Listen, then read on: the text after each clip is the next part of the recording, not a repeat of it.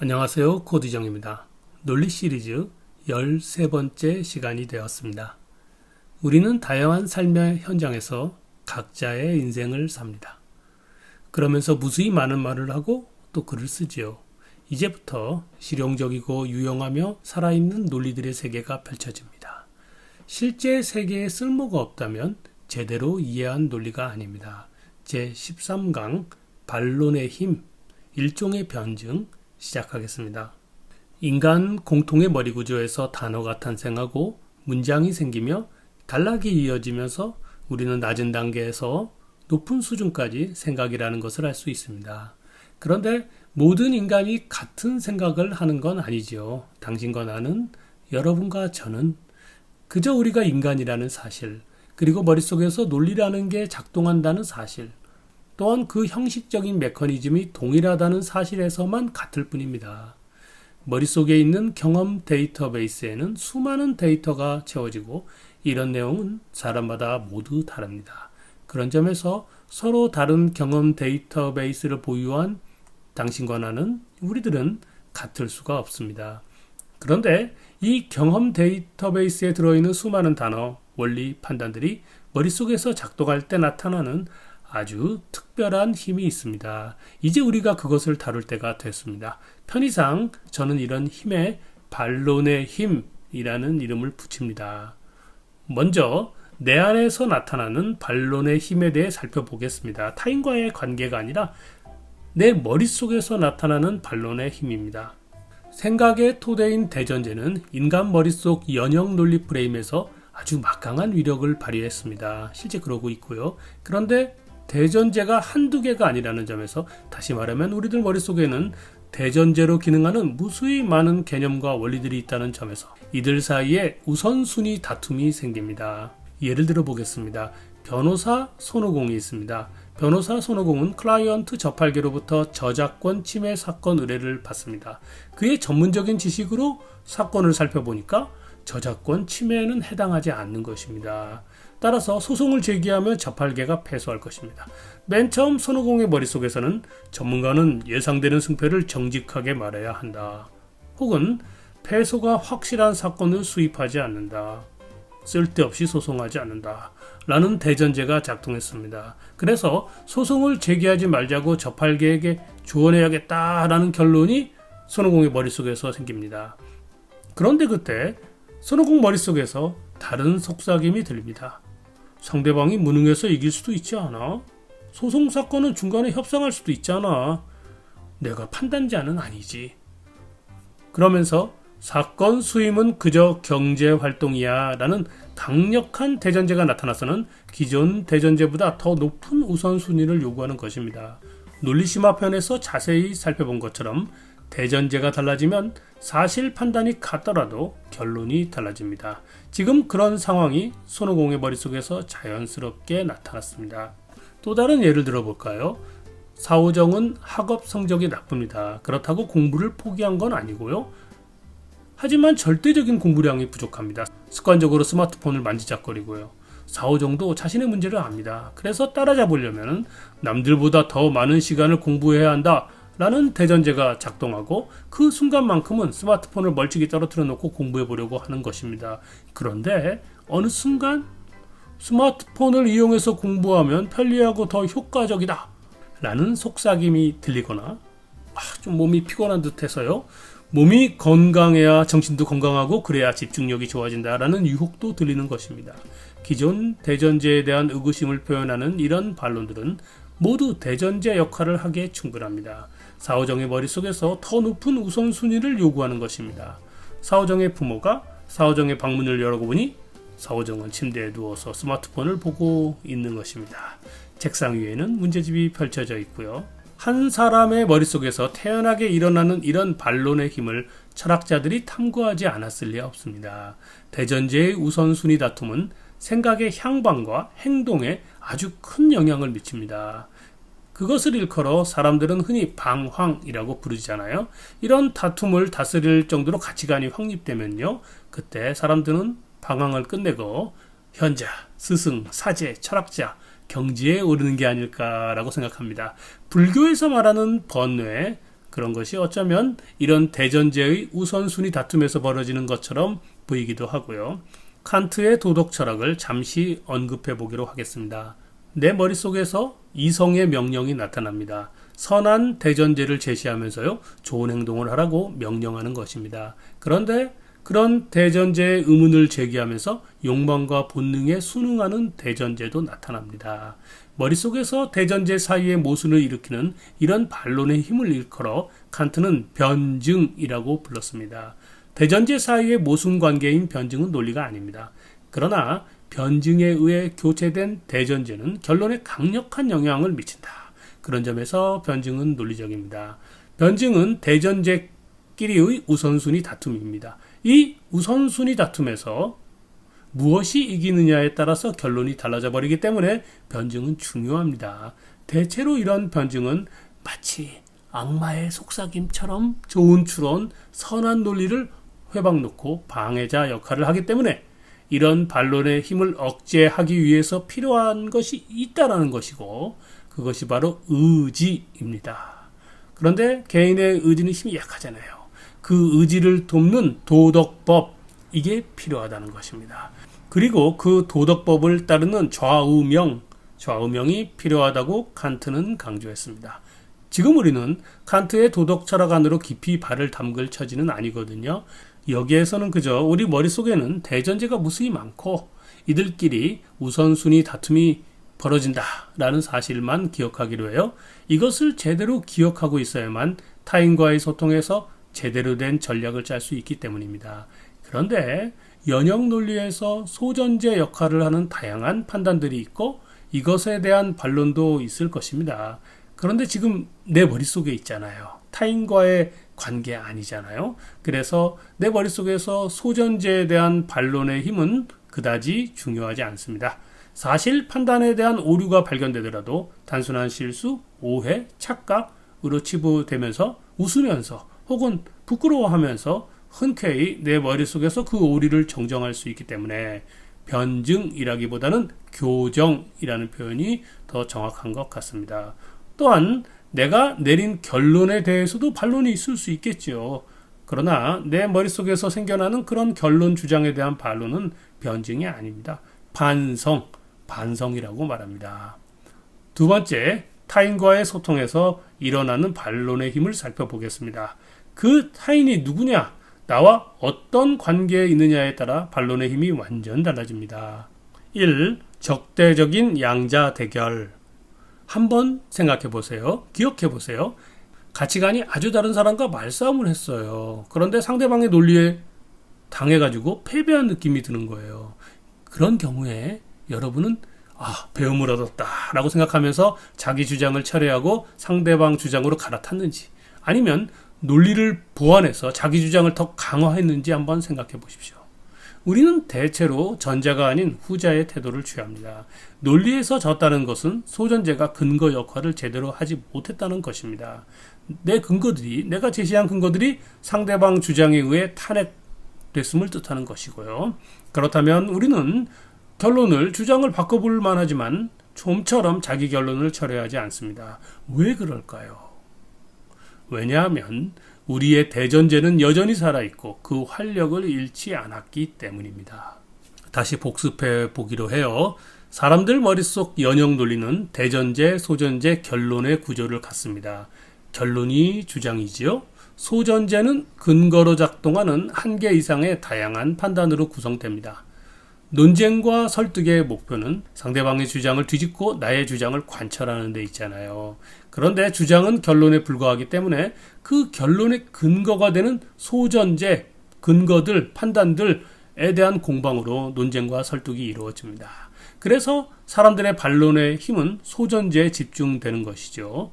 그런데 적대적인 양자 대결에서 이런 반론의 힘은 아주 무력합니다. 적대적이라 함은 외견상으로는 주장, 결론이 다르다는 것이죠. 정확하게 말한다면 그 본질은 머릿속 대전제가 적대적인 경우입니다. 어떤 의견의 결론은 대전제가 논리적으로 나온 주장일 뿐이어서 그 결론 자체는 수동적입니다. 논리적으로 힘이 별로 없어요. 따라서 그 주장에 대한 반론의 힘이 아무리 격렬하게 혹은 섬세하게 발휘되더라도 배후에 있는 대전제가 여전히 우세력을 발휘하는 한 반론의 힘은 상대방의 주장을 꺾지 못합니다.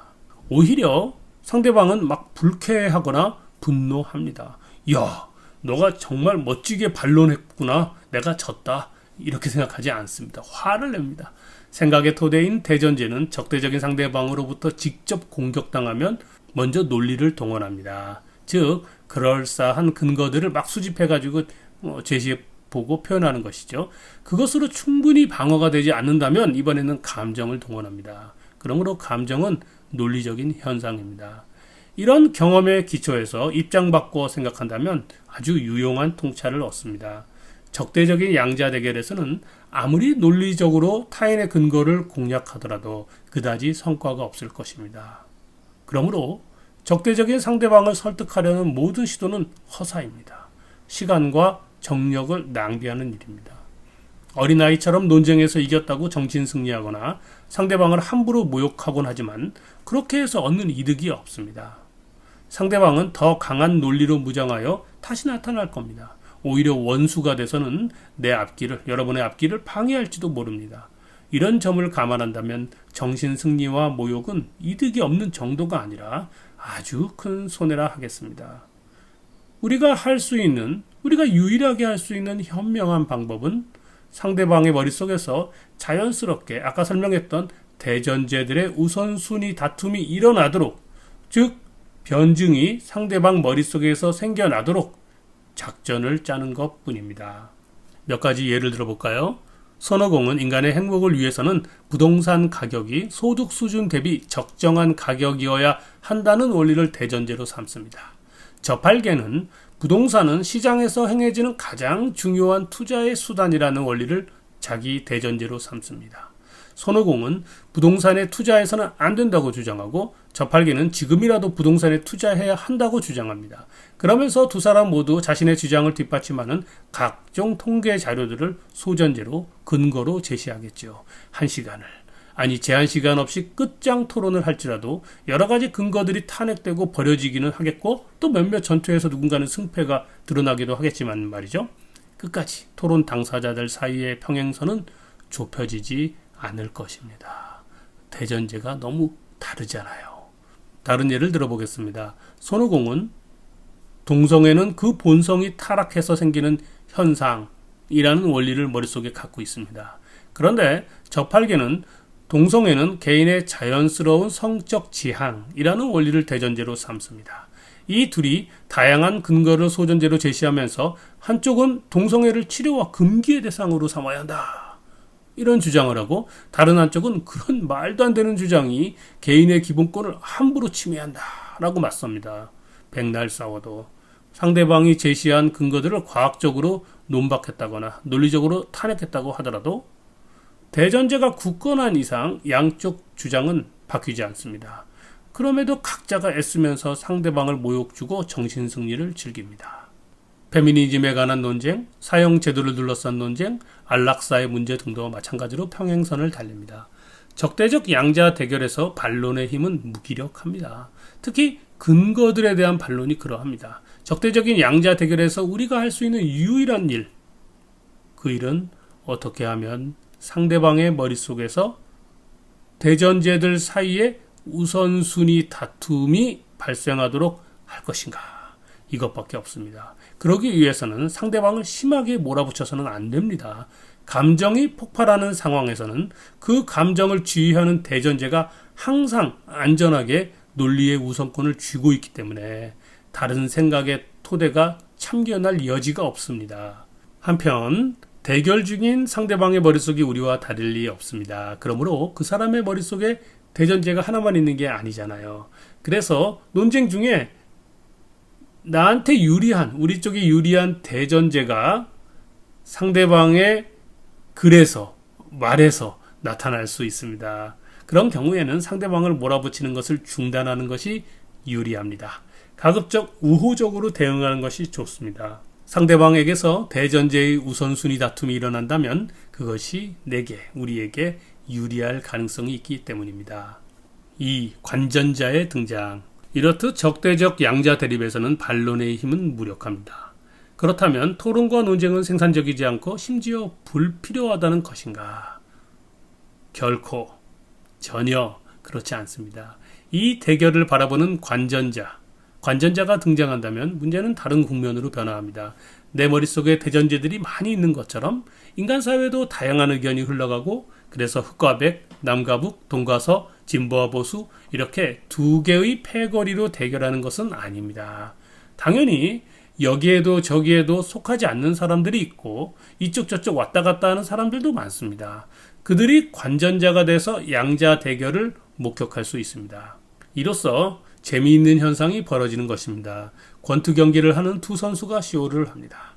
상대방의 주먹과 맷집보다는 관중들의 반응을 보면서 주먹을 휘두릅니다. 관중 중에는 손오공을 지지하는 사람들도 있을 것이고 저팔계를 응원하는 사람도 있을 것입니다. 이렇게 관전자가 있는 경우 적대적 양자 대결은 관전자가 없을 때와 비교해서 무엇이 달라졌을까요?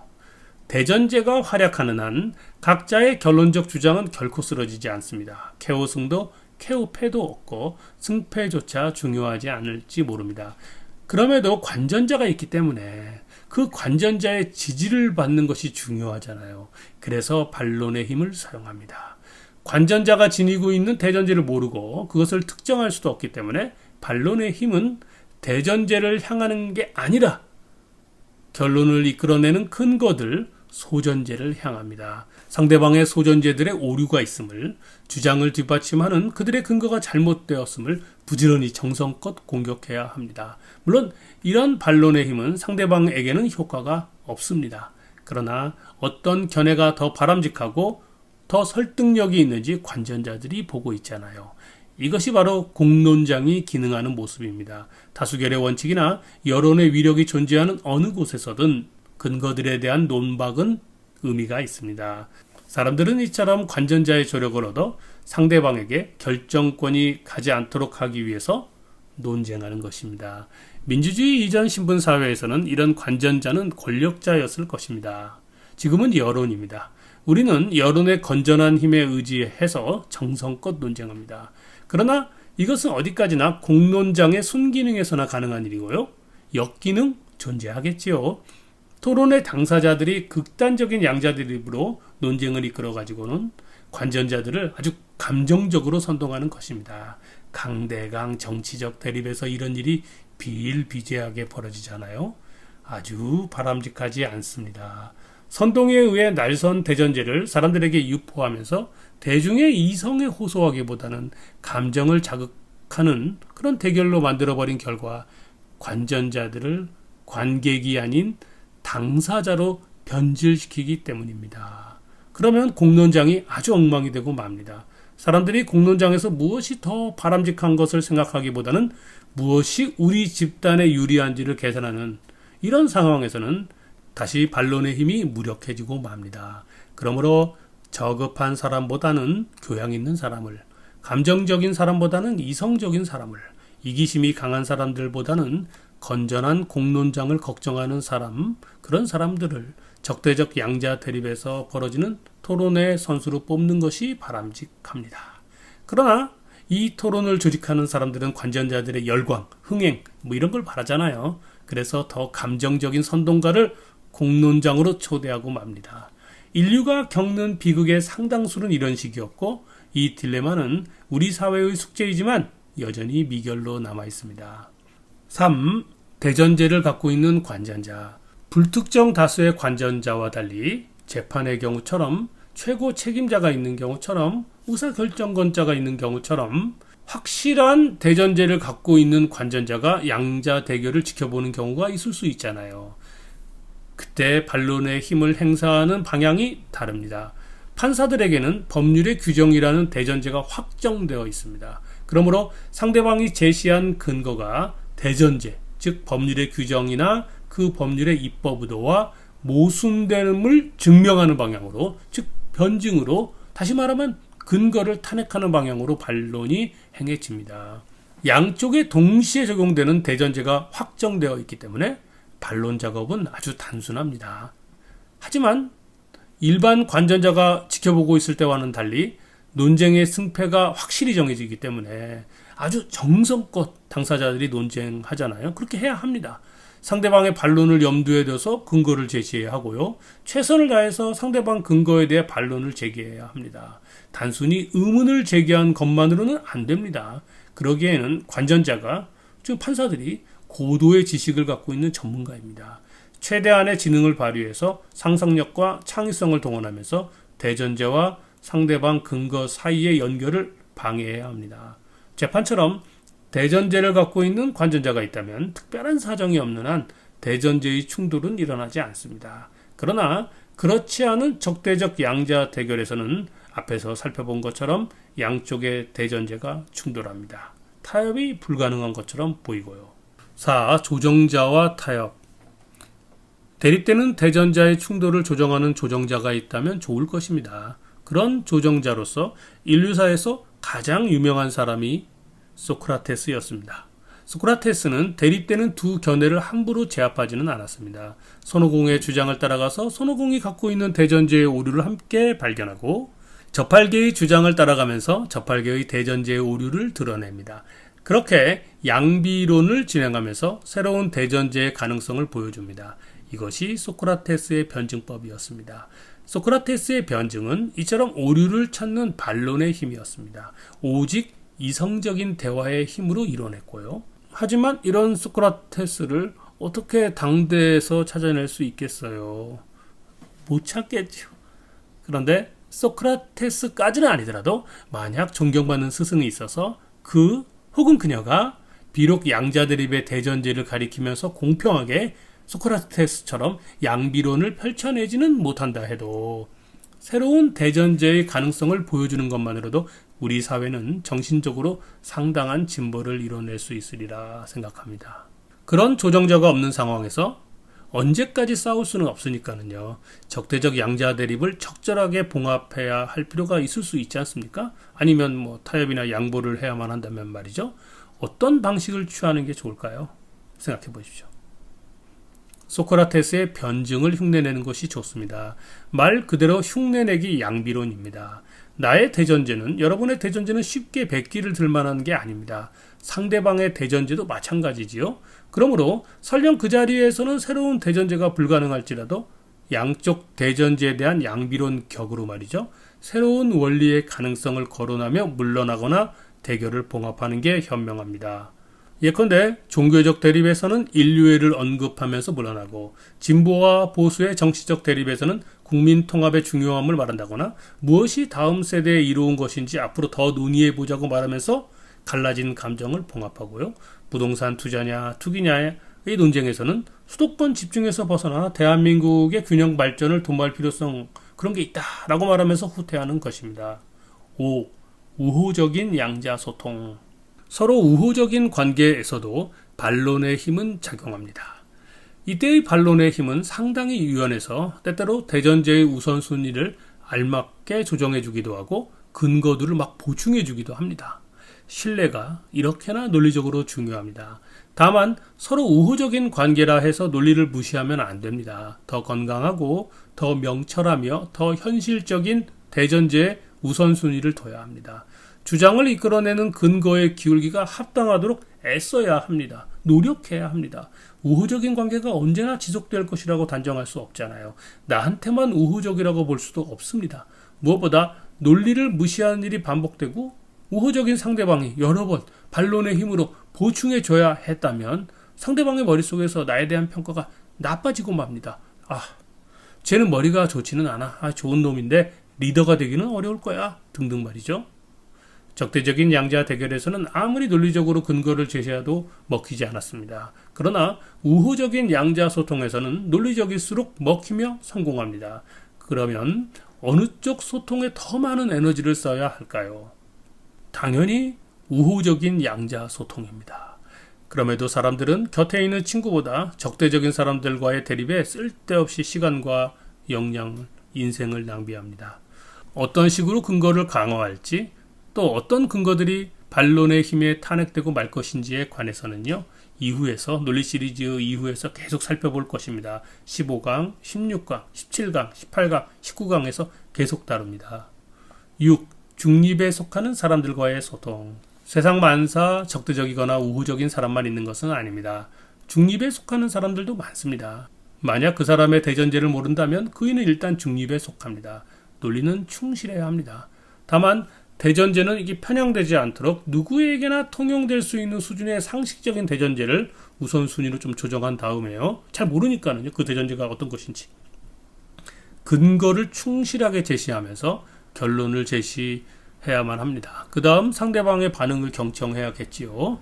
그래서 어느 정도 대전제가 통용될 수 있는지 판단해 봐야 합니다. 대전제의 윤곽이 정해지면 그것에 따라 근거들의 강화와 약화가 정해집니다. 상대방 대전제와 어울리지 않는 근거들은 과감히 버리고요. 상대방의 대전제에 더 어울릴 만한 근거들은 강화해야죠.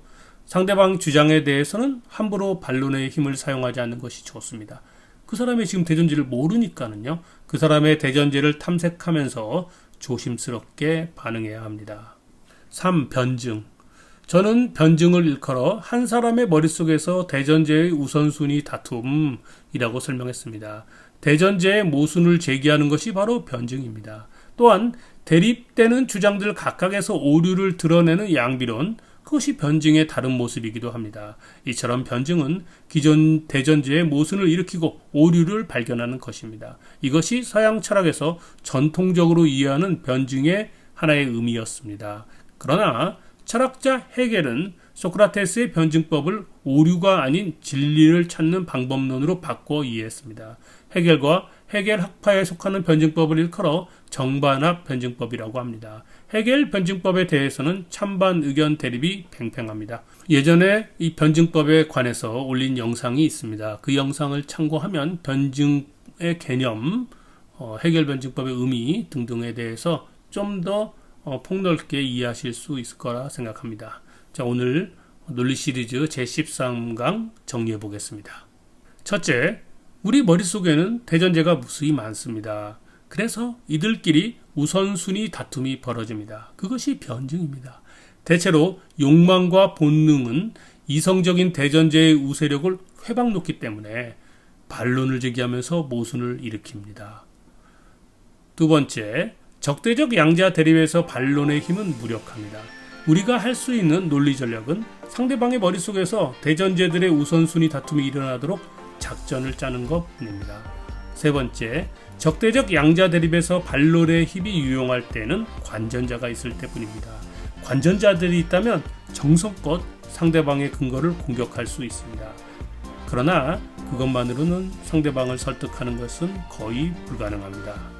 다음 영상에서는 아리스토텔레스의 레토리카를 소개합니다. 우리가 아무리 논리적으로 자기 생각을 표현할지라도 그것만으로는 부족함을 예 스승은 알았습니다. 논리에서 플러스에서 두 가지가 더 필요합니다. 그것은 무엇일까요? 감사합니다. 안녕하세요. 코디정의 지식 채널을 운영하는 코디정입니다. 오늘은 타인을 설득하는 스킬, 설득의 기술을 다뤄봅니다. 우리는 사회생활을 하잖아요. 내 맘대로 사는 게 아니라 타인의 협력이 꼭 필요하기 때문에 다양한 생활에서 다양한 목적을 갖고 타인을 설득해야 합니다. 이런 활동에서 어느 정도의 논리력은 필수적이겠지요. 그런데 그런 논리력을 가르쳐주는 공인된 과정이었고 각자가 개인 경험으로 노하우를 익혀야 합니다. 그런 탓인지 스스로 논리력이 부족하다고 자책하시는 분들이 적지 않습니다. 괜찮습니다. 오늘 영상은 논리적이지 않은 사람을 위한 영상입니다. 스스로 논리적이라고 자부하시는 분들은 아무래도 이 영상을 클릭하지는 않을 것 같고요. 설득이란 언어를 사용하는 행위입니다. 그런데 각자의 머릿속에서 거주하며 활발하게 일을 하는 단어, 문장, 단락이 사람마다 다릅니다. 서로 비슷한 어휘력, 판단력, 추리력을 갖고 있다면 설득하는 일이 어렵지 않을 텐데 애석하게도 사람마다 어휘력, 판단력, 추리력이 다릅니다. 우리는 어떤 단어의 의미를 전하려고 타인을 설득하는 게 아니잖아요.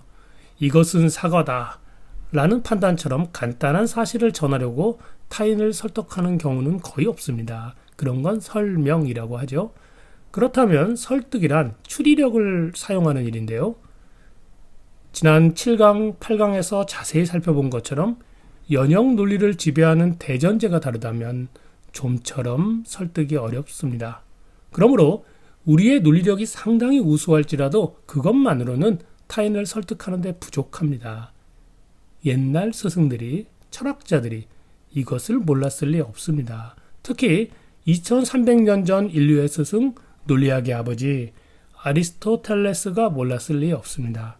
아리스토텔레스 할아버지는 논리만으로는 안 된다는 것을 강조하면서 설득의 기술을 가르쳤습니다. 오늘 아리스토텔레스의 가르침 소개합니다. 또한 아리스토텔레스의 설득의 3요소를 소개하면서요. 그중 특히 논리 스킬, 이 논리 스킬에 관해서 쇼펜하우어가 강조한 개념을 살펴보겠습니다. 철학의 관점이 아닌 실용성의 관점으로 이제부터 15분 동안 설득의 기술, 설득 스킬을 익혀보기로 해요. 제14강 설득의 기술 들어가겠습니다. 아리스토텔레스는 타인을 설득하기 위한 방법론으로 레토리카, 수사학을 가르쳤습니다. 아리스토텔레스가 가르친 수사학의 3요소는 로고스, 파토스, 에토스입니다. 쉽게 말하면 각각 좋은 논리, 좋은 심리, 좋은 태도입니다. 기원전 4세기 경에는 지금처럼 출판물과 텍스트가 범람하지 않았으니까는요. 별로 없었잖아요. 글보다는 말이 중요했습니다. 하지만 오늘날 사정으로 해석한다면 레토리카는 글말의 기술을 가르치는 것으로 이해할 수 있습니다. 우리가 글말의 기술을 습득하고 훈련하는 까닭은요. 자기 생각 안에서 편안하게 정신승리하는 것에서 벗어나서 타인을 설득하거나 타인에게 자신을 어필하기 위함입니다. 단순히 논리 또는 논리학을 익히는 것만으로는 부족합니다. 그러므로 논리력이 부족하다 해서 설득력이 부족하다라고 단정할 일도 아닙니다. 타인을 설득함 혹은 타인에게 어필함 이런 실용적인 관점에서 레토리카 3요소를 하나씩 살펴보겠습니다. 최근 2년간 저는 초등학생, 중학생, 고등학생들의 글쓰기 첨삭 지도를 진행하면서 때때로 대학생도요. 아리스토텔레스의 수사학의 지혜를 아이들에게 가르쳐 보려고 노력 중입니다. 그것을 일컬어 저는 레토리카 프로젝트라고 이름을 붙인 후에 논리적 글쓰기, 심리적 글쓰기, 그리고 태도가 좋은 언어 활동을 커리큘럼에 반영하고 있습니다. 그런데 이 세 가지 요소 중에서 타인의 설득을 위해 가장 효과적인 것은 논리가 아니라 태도입니다. 그러므로 좋은 태도가 무엇을 말하는 것인지 살펴보도록 하겠습니다. 첫 번째, 에토스. 아리스토텔레스가 강조하는 에토스는 좋은 태도를 말합니다. 말하는 사람, 글 쓰는 사람에게 요구되는 것으로 좋은 태도를 보인다면 타인을 설득할 가능성이 높아진다는 것입니다. 아리스토텔레스는 그럼 에토스가 뭔데? 라는 사람들의 질문에 대해서 신중함, 덕, 선의 이런 걸 가져야 한다 라고 가르쳤습니다. 이 세 가지가 갖는 의미가 무엇인지에 대해 곰곰이 생각해 볼 수는 있겠지만 우리는 성인이 될 때까지 사회생활하기에 충분한 이른바 예의 범절을 배웠기 때문에 학교에서든 가족에서든 친구 간에 선생님의 선배들한테요. 이미 우리가 그 에토스의 윤곽은 다들 갖고 있습니다. 그것을 제대로 꺼내지 못할 뿐입니다. 그런데 인간은요. 텔레파시로 내 마음속 좋은 태도, 나 에토스가 좋아 이런 걸 상대방에게 전달할 초능력을 갖고 있지 않기 때문에 실용적으로 생각해 본다면 에토스, 즉 좋은 태도는 형식, 형식으로 이해합니다. 기억하십시오. 에토스는 형식입니다. 그러니까 에토스는 좋은 태도는 단순히 마음가짐이 아니라 스킬인 것입니다. 형식이니까 스킬로 익힐 수 있죠. 내용은 논리적인 것이고 그것은 뒤에서 다시 다룹니다. 상대방이 문제의 핵심을 짚어내는 탁월한 능력을 갖고 있지 않은 한 내용만으로는 상대방을 설득할 수 없습니다. 내용에 맞는 형식이 꼭 필요합니다. 그것이 에토스입니다. 예를 들어 귀한 사람에게 선물을 한다고 가정해보지요. 선물하는 내용이 중요하다고 포장을 아무렇게나 할 수는 없습니다. 선물이 중요하기 때문에 포장도 잘해야죠. 선물을 주는 행동으로 80점의 점수를 받았다면 포장을 정성껏 하고 마음을 담은 메모까지 더하면 200점을 받을 수 있습니다. 그것이 에토스입니다. 목소리 중요합니다. 설득에는 설득에 필요한 목소리가 있습니다. 습관이 필요하기는 하고 훈련도 좀 필요합니다. 흔히 말하기를 솔 음정의 목소리가 좋다고 하지만 원래 갖고 있는 목소리가 중저음이라도 그런 높이대로 자연스럽고 다정하게 말해야겠다라고 생각하면서 말하면 당신의 에토스가 상대방에게 전해집니다. 목소리를 신경 쓰지 않고 아무 생각 없이 말하면 지루하고 정감 없는 당신의 기계음이 상대방에게 전해지고 상대방은 귀신처럼 당신의 나쁜 태도를 알아챕니다. 만나는 장소를 정할 때에는 그 만남에 가장 어울리는 장소를 물색하고 커뮤니케이션 할 때에도 그것에 걸맞는 형식을 갖추는 것입니다. 이것은 논리력이 부족해도 할 수 있는 일이잖아요. 예를 들어 볼게요. 아무런 형식도 갖추지 않고 내용만 써서 이메일을 보내는 분들 많이 있잖아요. 어쩌면 여러분도 그럴지도 모르고요. 그것은 이메일 형식을 배우지 못했기 때문입니다. 이메일 스킬 간단히 살펴봅니다. 수신자 이름을 씁니다. 한 줄 띄웁니다. 인사말을 씁니다. 그 다음 또 한 줄 띄웁니다. 내용을 씁니다. 내용의 토픽이 달라지거나 정서가 달라지면 한 줄 띄웁니다. 내용 단락에서 다시 한 칸 띄운 다음에 마지막으로 인사말을 씁니다. 그리고 한 줄 띄운 다음 수신자를 씁니다.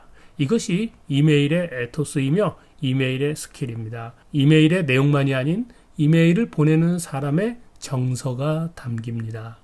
글로 타인을 설득하는 경우에도 설득력을 올리기 위한 형식적인 노력 필요합니다. 그게 에토스입니다. 폰트, 글자 서체 같은 거요. 레이아웃 디자인이 설득력을 높이는데 아주 유용합니다. 폰트와 레이아웃 덕분에 상대방이 내가 쓴 문서에 대해서 좋은 인상을 갖게 되면 그 사람의 심리가 편해지고 뭔가 일이 잘 돼가는, 잘 됐으리라는 느낌의 편향이 생깁니다. 그러면 그 사람을 설득하거나 그 사람에게 나를 어필하는데 내가 쓴 문서로요. 그런 확증 편향을 아주 유리하게 활용할 수 있습니다. 그러므로 글자 서체와 레이아웃 디자인에 관심을 가지세요. 여러분의 설득 스킬을 향상시켜 줄 것입니다. 내용은 나중 문제입니다.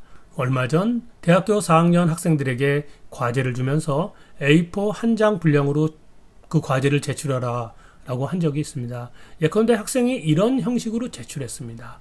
잘했을 것입니다. 그러나 폰트와 레이아웃 디자인을 바꾸는 것만으로도 괜히 과제가 더 잘 수행된 것 같은 인상을 줍니다.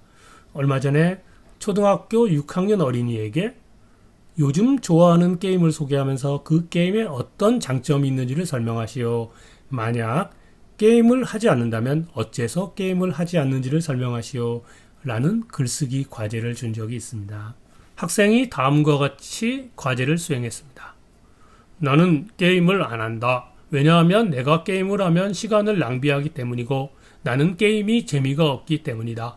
그리고 게임을 하면 눈도 나빠지고 계속 게임을 하다 보면 게임에 빠져서 나의 성격도 변할 수 있기 때문에 게임을 안 한다. 그리고 게임을 하면 공부도 안 하게 되고 게임에 빠져서 가족끼리 대화할 시간도 없을 수 있기 때문이다. 또 친구와 놀지 않고 게임만 하는 친구와 어울려져 놀 수도 있기 때문이다. 따라서 나는 이런 이유로 게임을 하지 않는다. 라는 글이었습니다. 게임을 좋아하는 사람에 대한 이해심이 없는, 게임을 싫어하는 사람의 글이죠. 물론 어린이 글입니다. 이 글에 에토스를 적용해서 첨삭한다면 다음과 같습니다. 타인에 관해서는 표현을 좀 순화합니다. 뭐뭐 할 것 같다 라는 표현은 일본식 표현이라서 쓰지 않는 게 좋다라고 말씀하시는 분들도 있는데 실제로는 설득의 현장에서는 매우 중요한 표현입니다. 한편 자기 자신에 관해서는 취향을 더 명확히 표현합니다. 한번 볼까요? 나는 게임을 안 한다. 왜냐하면 게임을 하는 것이 시간 낭비라고 생각하기 때문이다. 어째서 나는 이런 생각을 하는 것일까? 게임하다가 눈이 나빠질 수도 있고 게임에 빠져서 내 성격도 변할 것 같고 공부도 안 하게 될 것 같다. 이런 걱정 때문에 게임을 하지 않기도 하지만 무엇보다 나는 게임에서 재미를 느끼지 못한다. 나는 게임하는 것보다 가족끼리 대화하는 게 좋고 친구와 노는 게 좋다. 즉, 타인을 설득하는 글을 쓸 때에는 내용을 더 좋게 빛내는 표현의 형식을 찾으라는 것입니다. 그것이 에토스이며 가르치고 배우고 훈련해야 합니다.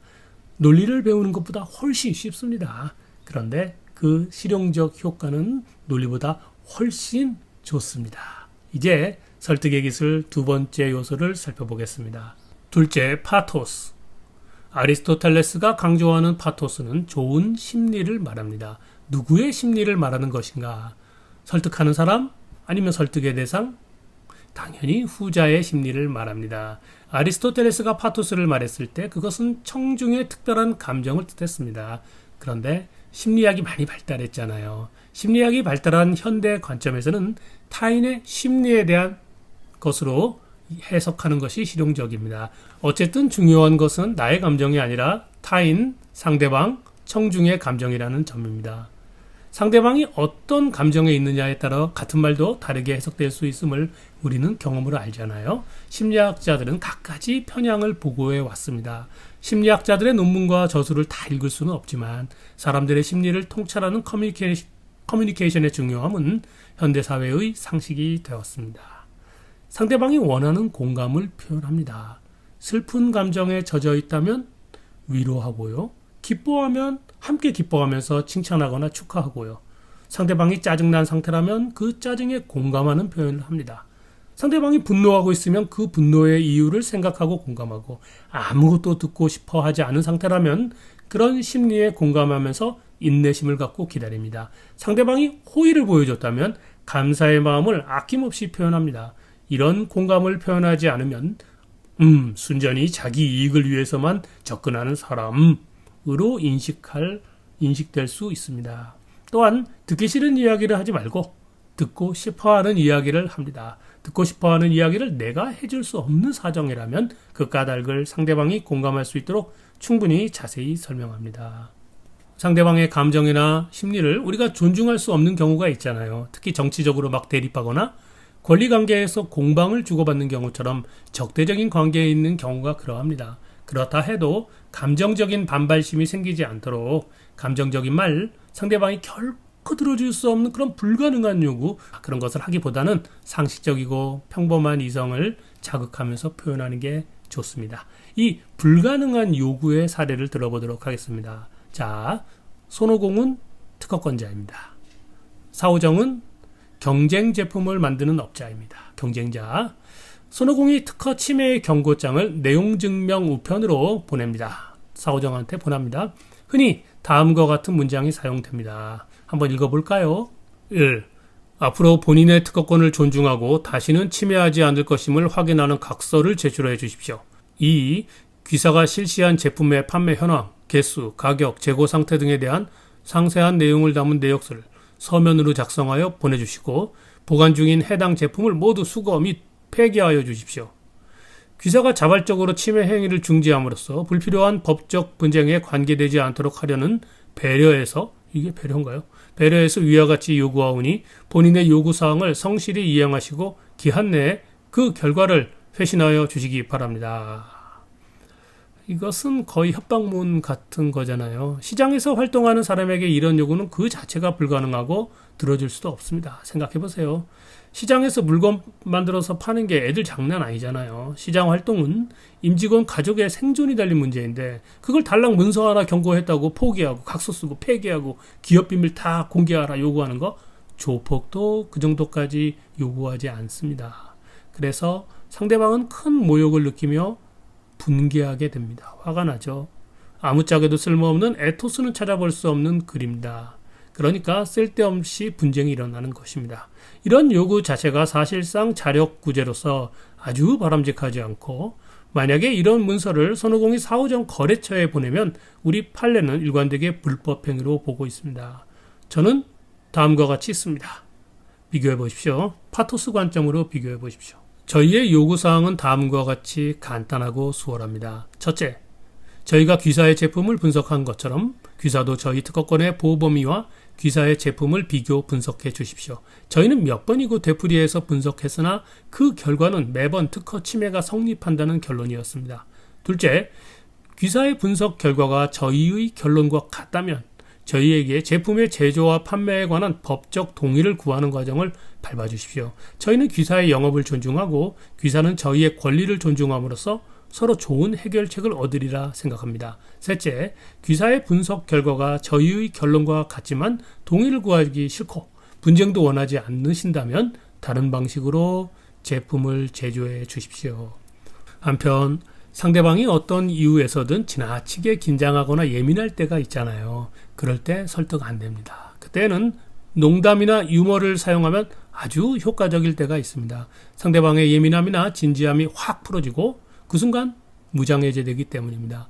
예컨대 저는 법적인 서면을 쓸 때 가끔 이런 수법을 씁니다. 서면에 유머가 깃든 한두 문장을 넣는 것인데 그러면 그 대목에서 상대방이 피식 웃을 거라고 제가 기대합니다. 그러면 설득에 성공한다 라는 일종의 노하우입니다. 단 그런 유머가 성공하려면 로고스가 뒷받침되어야 합니다. 로고스가 탄탄한 상태에서 유머가 통하는 것이지 내용은 정말이지 짤데기 없는데 유머를 사용하면 예민한 상대방의 심리는 지금 장난하는 건가? 하고 나쁜 감정이 생기고 맙니다. 그러면 설득 당연히 실패하죠. 이제 로고스, 즉 좋은 논리를 살펴보겠습니다. 셋째, 로고스. 아리스토텔레스의 레토리카 3요소의 마지막, 이것이 로고스, 즉 논리입니다. 지금까지 논리 이야기를 함께 하면서 우리가 알게 된 것은 논리는 진리를 발견하고 수호하는 수단이 아니라는 것, 오류에 대한 청정제 아니라는 점이었습니다.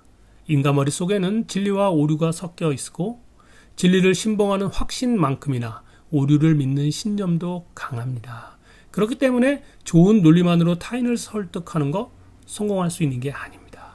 그러므로 앞에서 설명한 에토스와 파토스, 즉 좋은 태도와 좋은 심리를 잘 활용하는 것이 중요합니다. 문제는 어떤 논리적인 근거를 제시하면서 설득하느냐에 있습니다. 사람마다 상황마다 다릅니다. 다만 일반론적으로 말하자면요. 첫째, 좋은 단어를 사용해야 합니다. 설득에 유리한 단어만을 사용해야 합니다. 내가 생각하는 의미와 상대방이 생각하는 의미가 다를 것 같은 단어 사용하지 않습니다. 괜히 비본질적인 오해 때문에 설득이 완전 불가능해질 수 있습니다. 둘째, 좋은 근거를 제시해야 합니다. 근거에 관해서는 원인과 결과의 관계, 즉 인과율이 제일 중요합니다. 대부분의 철학자들이 인과율을 강조해 왔습니다. 그 중에서도 쇼펜하우어의 충분 근거율이라는 개념은 그 말풀이를 기억하는 것만으로도 논리의 보탬이 됩니다. 원래는 라이프니츠의 개념이었거든요. 그런데 쇼펜하우어의 박사학위 논문이 이 충분 근거율입니다. 충족 이유율 이라고도 하고요. 충분 근거율이라 함은 그 뜻은요. 모든 사물과 사건과 주장은 그것이 존재하게 된 충분한 근거를 갖고 있다라는 원리를 뜻합니다. 너무 당연한 원리죠. 철학자들도 당연한 얘기해요. 사람의 상식에 안 맞는 그런 이야기 하겠습니까? 이런 당연한 상식 속에서 진리가 있다라고 사람들이 생각했던 것 같아요. 그러므로 어떤 사건에서 모종의 주장을 하면서 타인을 설득하려면 항상 그 주장을 하게 된 충분한 근거를 제시해야 합니다. 근거와 주장은 연결되어 있습니다. 이 연결이 끊어지지 않을 정도로 과연 근거가 충분한가? 상대방은 가위를 들고서 나의 근거와 주장의 연결을 자르려고 할 것입니다. 즉 상대방의 반론에 견딜 만할 정도로 충분히 연결되어 있는가?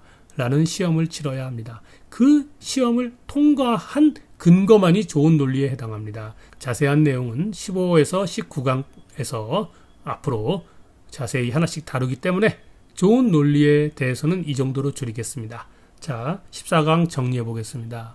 아리스토텔레스의 레토리카는 우리들에게 타인을 설득하는 세 가지 스킬을 강조합니다. 에토스, 파토스, 로고스였습니다. 각각 좋은 태도, 좋은 심리, 좋은 논리입니다. 이 세 가지 중에서 가장 실용적인 것은 논리가 아닙니다. 심리도 아니고요. 태도, 에토스입니다. 좋은 태도는 내용적인 게 아니라 형식적인 스킬이었다라고 기억해 주시기 바랍니다. 좋은 심리는 내 감정이 아니라 타인의 감정에 관한 것이다 라고 기억해 보시고요. 좋은 논리는 상대방의 반론까지 고려한 충분한 근거인가 라는 테스트를 통과한 근거만을 사용하는 것입니다. 다음 영상에서는 생각의 집합 다룹니다. 3차원인 토대 구조 모형을 다시 2차원으로 봐서 살펴봅니다. 여러분의 논리력이 엄청 늘어나리라 생각합니다. 끝까지 시청해 주셔서 감사합니다. 안녕하세요. 코디정입니다. 논리 시리즈 15강의 1부를 시작합니다. 오늘 토픽은 분위기 파악 못하는 사람에 대한 이야기입니다. 우리는 어리둥절하지요. 대단한 이야기는 아닙니다. 여러분이 당연히 아주 잘 아시는 이야기입니다. 그런데 가볍고 쉬운 이야기를 그냥 편하게 들으시다 보면 여러분의 생각을 정리하시는데 보탬이 될 것 같습니다. 7강부터 저는 토대 구조 모형을 계속 반복 설명했잖아요. 우리들 머릿속 생각의 프레임을 지배하는 연역 논리는 대전제라는 토대 위에서 펼쳐집니다. 생각의 토대인 대전제가 생각의 도약을 사실상 결정해버리는 거지요. 그런데 이런 토대 구조 모형은 3차원 모델이었잖아요. 단순해 보이지만 실제로는 복잡했습니다. 왜냐하면 인간 머릿속에는 대전제로 작동하는 개념이나 원리가 너무나 많이 있기 때문인데요. 이들 대전제의 우선순위 다툼이 끊이지 않습니다. 그래서 우리는 좀 더 단순하게 인간 머리를 이해하기 위해서 2차원 모델인 벤 다이어그램을 활용한다거나 학교에서 배우는 집합론 그것을 좀 활용하곤 하는데요. 그 유용성이 아주 뛰어납니다. 이제부터 벤 다이어그램을 이용해서 생각의 집합을 다뤄보고자 합니다. 만약 이런 생각의 집합으로 뭔가 이해가 되지 않으신다라고 하면 다시금 토대 구조 모형을 활용하실 것을 떠올려 보실 것을 권합니다. 논리의 토대, 즉 대전제는 생각의 집합에서 우세력을 행사하기 때문입니다. 논리 시리즈 제15강 생각의 집합 제1부 어리둥절의 탄생 들어가겠습니다. 첫 번째 이야기 사후정 문제. 사과 농장의 농부가 사과를 따서 바구니에 담아왔습니다.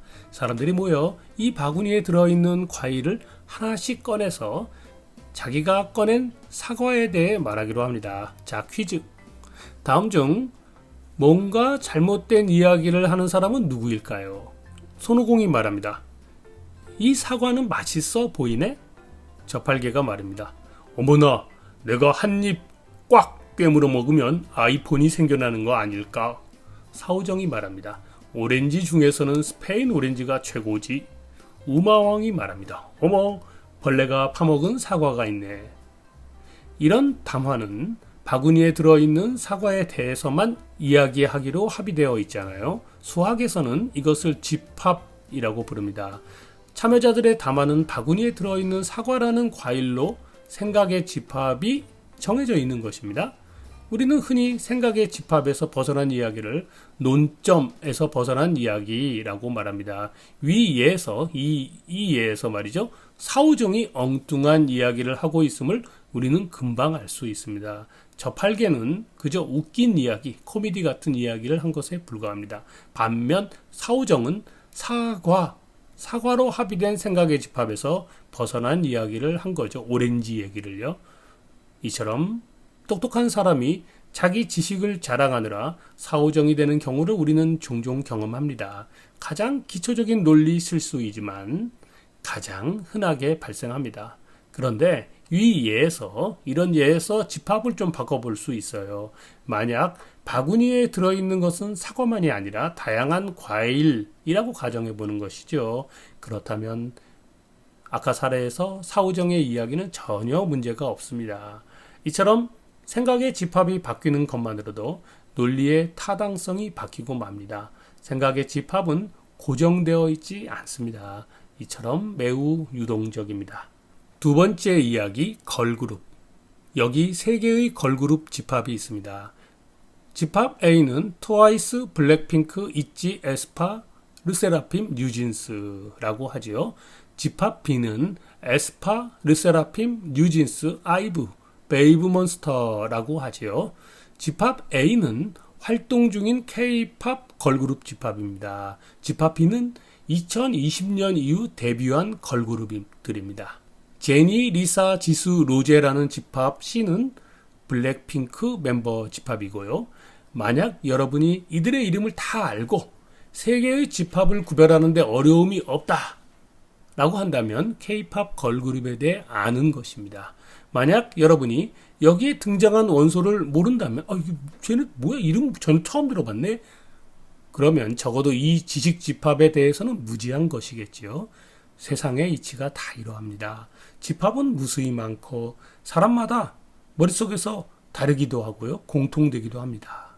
단어는 의미를 갖고 있잖아요. 우리가 그것을 개념이라고 칭했잖아요. 지식은 그 단어에 담기게 되는데 거기서 끝나는 게 아니라는 것입니다. 이 집합과 저 집합을 구별할 수 있어야 제대로 된 지식이라 하겠습니다. 한편 집합 A와 집합 B는 교집합이 있습니다. 그러므로 이들 지식 모음 사이에서 이야기를 주고받을 수 있게 되는 것이죠. 그런데 집합 A와 집합 C는 교집합이 없습니다. 이런 관계에서 소통은 불가능하다는 것입니다. 만약 어떤 이들이 블랙핑크 멤버들을 원소로 하는 집합 C에 대해서 아주 재미있게 이야기하고 있는데 화제를 바꾸려는 계기도 없이, 즉 생각의 집합을 변경하려는 표현을 하지 않은 채 다른 걸그룹 뉴진스를 말하면서 대화에 참여한다면 그것은 제대로 된 소통이 아닙니다. 지식과 소통은 집합 안에서 이루어지기 때문입니다. 앞에서 잠시 언급했지만 위와 같은 집합을 어려움 없이 머릿속에서 생각할 수 있다면 K-팝 걸그룹에 대해 개념이 있는 것입니다. 만약 집합 A에 BTS 혹은 조용필 이렇게 넣으면 개념이 없는 것입니다. 집합 C에 블랙핑크의 멤버가 아닌 에스파의 멤버 카리나나 윈터를 넣으면 마찬가지로 개념을 상실한 것입니다. 여기까지 어려운 얘기 없었죠? 자, 좀만 더 나아가 보겠습니다. 세 번째 이야기, 개념 없는 녀석. 우리는 공부하거나 경험하면서 머릿속에요, 다양한 개념들을 보관합니다. 인간의 머리는 잘 까먹기 때문에 머릿속에 새겨둔다, 암기한다 라고도 말합니다. 아기로 태어나서 성인이 될 때까지 오랜 시간이 걸리잖아요. 그 시간 동안 육체적인 성장뿐 아니라 이 세계에서 무사히 살아가도록 다양한 개념을 머릿속에 넣어둡니다.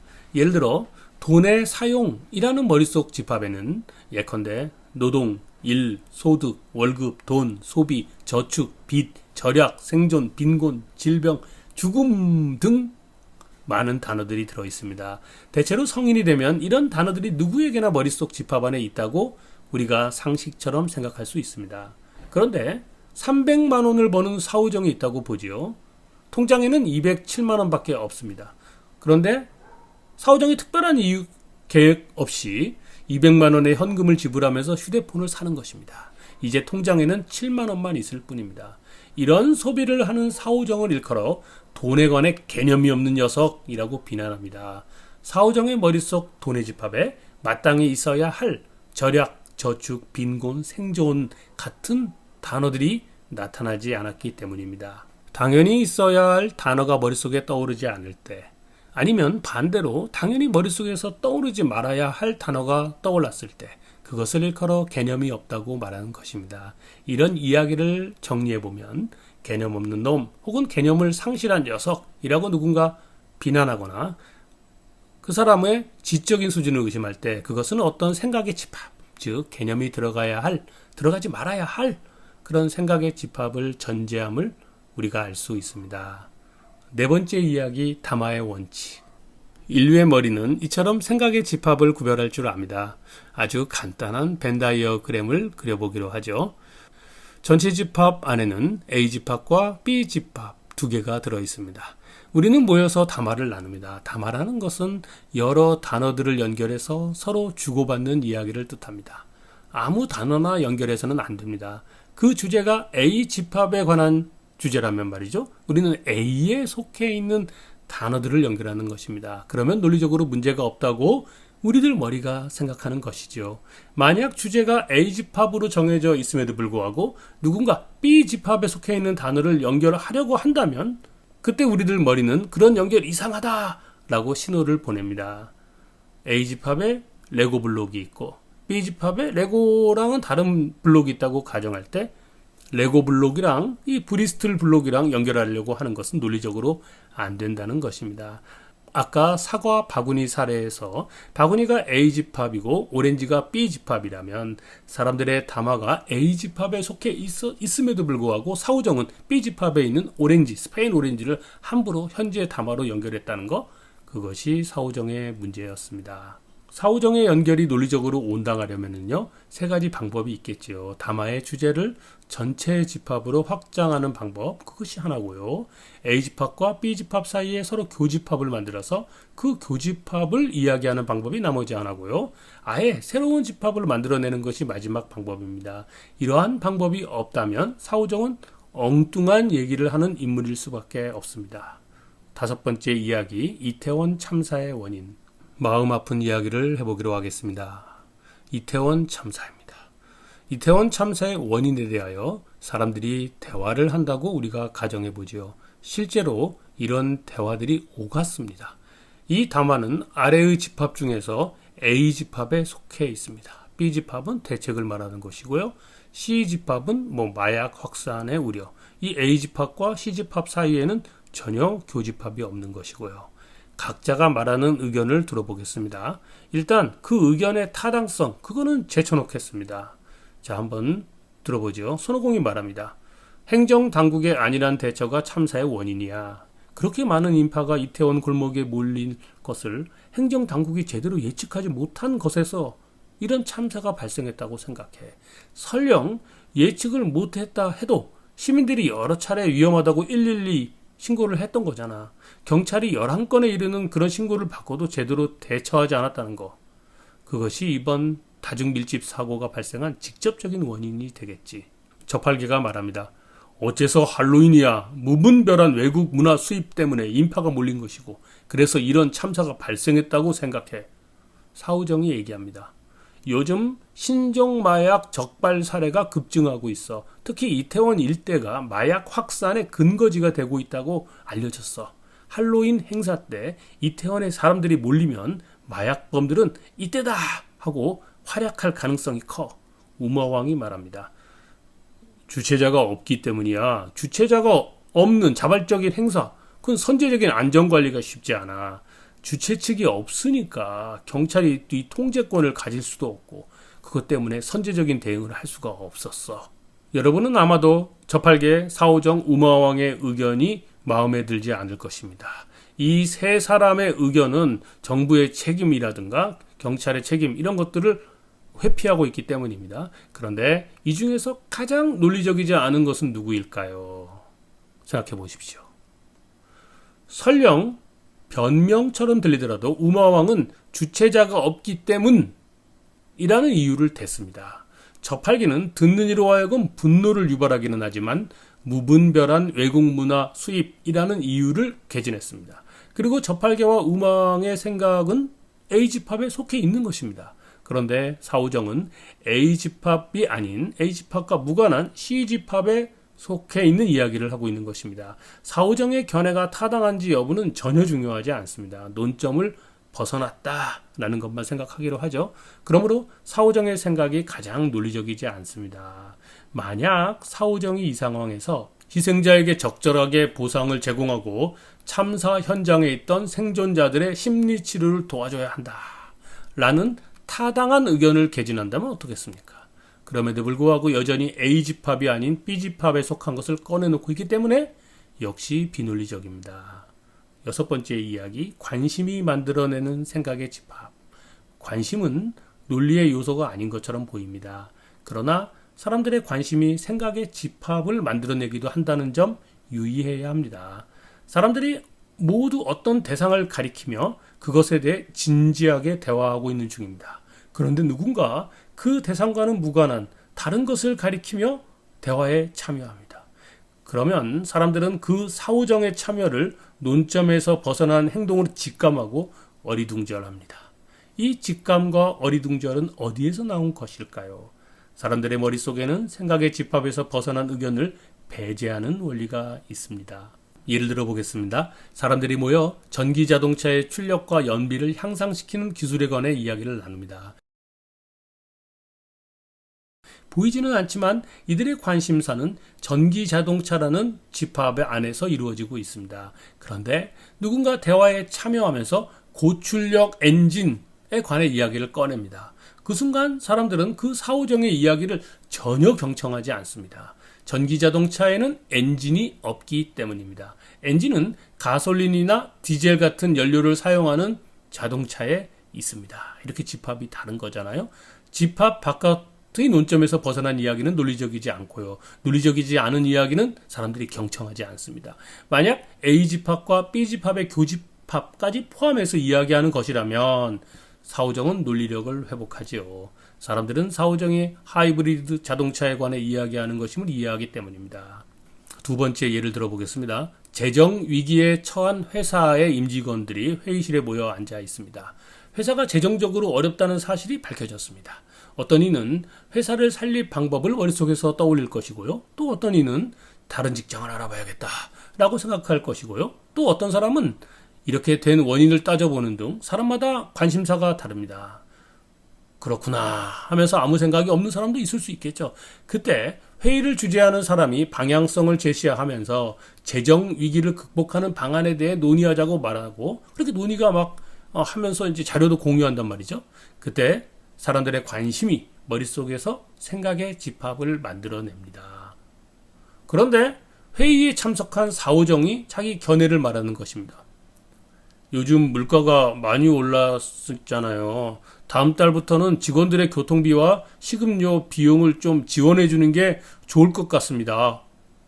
이런 사후정의 의견에 사람들은 즉시 거부감을 느낍니다. 이 거부감은 어디에서 비롯되는 것일까요? 감정은 대체로 논리적인 사건입니다.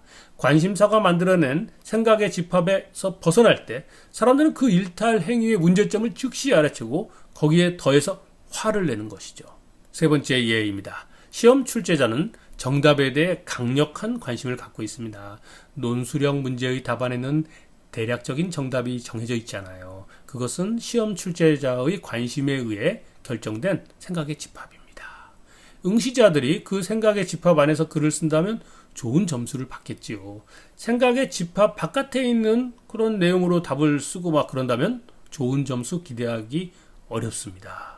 그 내용이 아무리 창의적이고 잘 쓰여 있다고 하더라도 문장력 너무 좋네, 상당히 논리적인 것 같은데? 라고 하더라도 생각의 집합 안쪽에 있는 답안이 아니라면 시험 출제자는 그런 똑똑한 사후정에게 점수를 주지 않습니다. 오히려 화가 납니다. 생각의 집합 바깥에 있는 그런 서술 때문에 생각의 집합 안쪽에 정당하게 쓴 답안조차 감점 처리될 수 있습니다. 그런데 말이죠. 좀 다른 이야기입니다. 사람들이 어떤 대상에 관해 담화를 나누면서 다른 한 방향을 이렇게 바라보고 있는데 말이죠. 누군가 엉뚱한 이야기를 하면서 전혀 다른 방향을 가리키는 경우가 있어요. 근데 아까는 그게 나빴다고 했잖아요. 그런데 관심에서 벗어났음에도 불구하고 사람들이 감탄하면서 그의 이야기를 경청하는 경우도 있습니다. 아까와 어떤 차이가 있는 것일까요? 여러분 한번 생각해 보십시오. 이것을 수학적으로 나타내면 다음과 같이 정리할 수 있습니다. 집합 A는 NSTQ라는 원소가 있습니다. 사람들이 A집합에 관심을 갖고 생각을 주고받고 있는 상황이잖아요. 그런데 사람들의 관심사가 N과 ST에 집중되어 있었어요. Q를 간과하고 있었단 말이죠. 그런데 누가 Q를 가리키며 그것이 당면한 문제를 해결하는 열쇠 역할을 할 거라고 의견을 제시했다는 거예요. 들어보니 과연 그러하다고 판단되면 우리는 Q를 제시한 사람의 의견을 경청합니다. 똑똑하구나.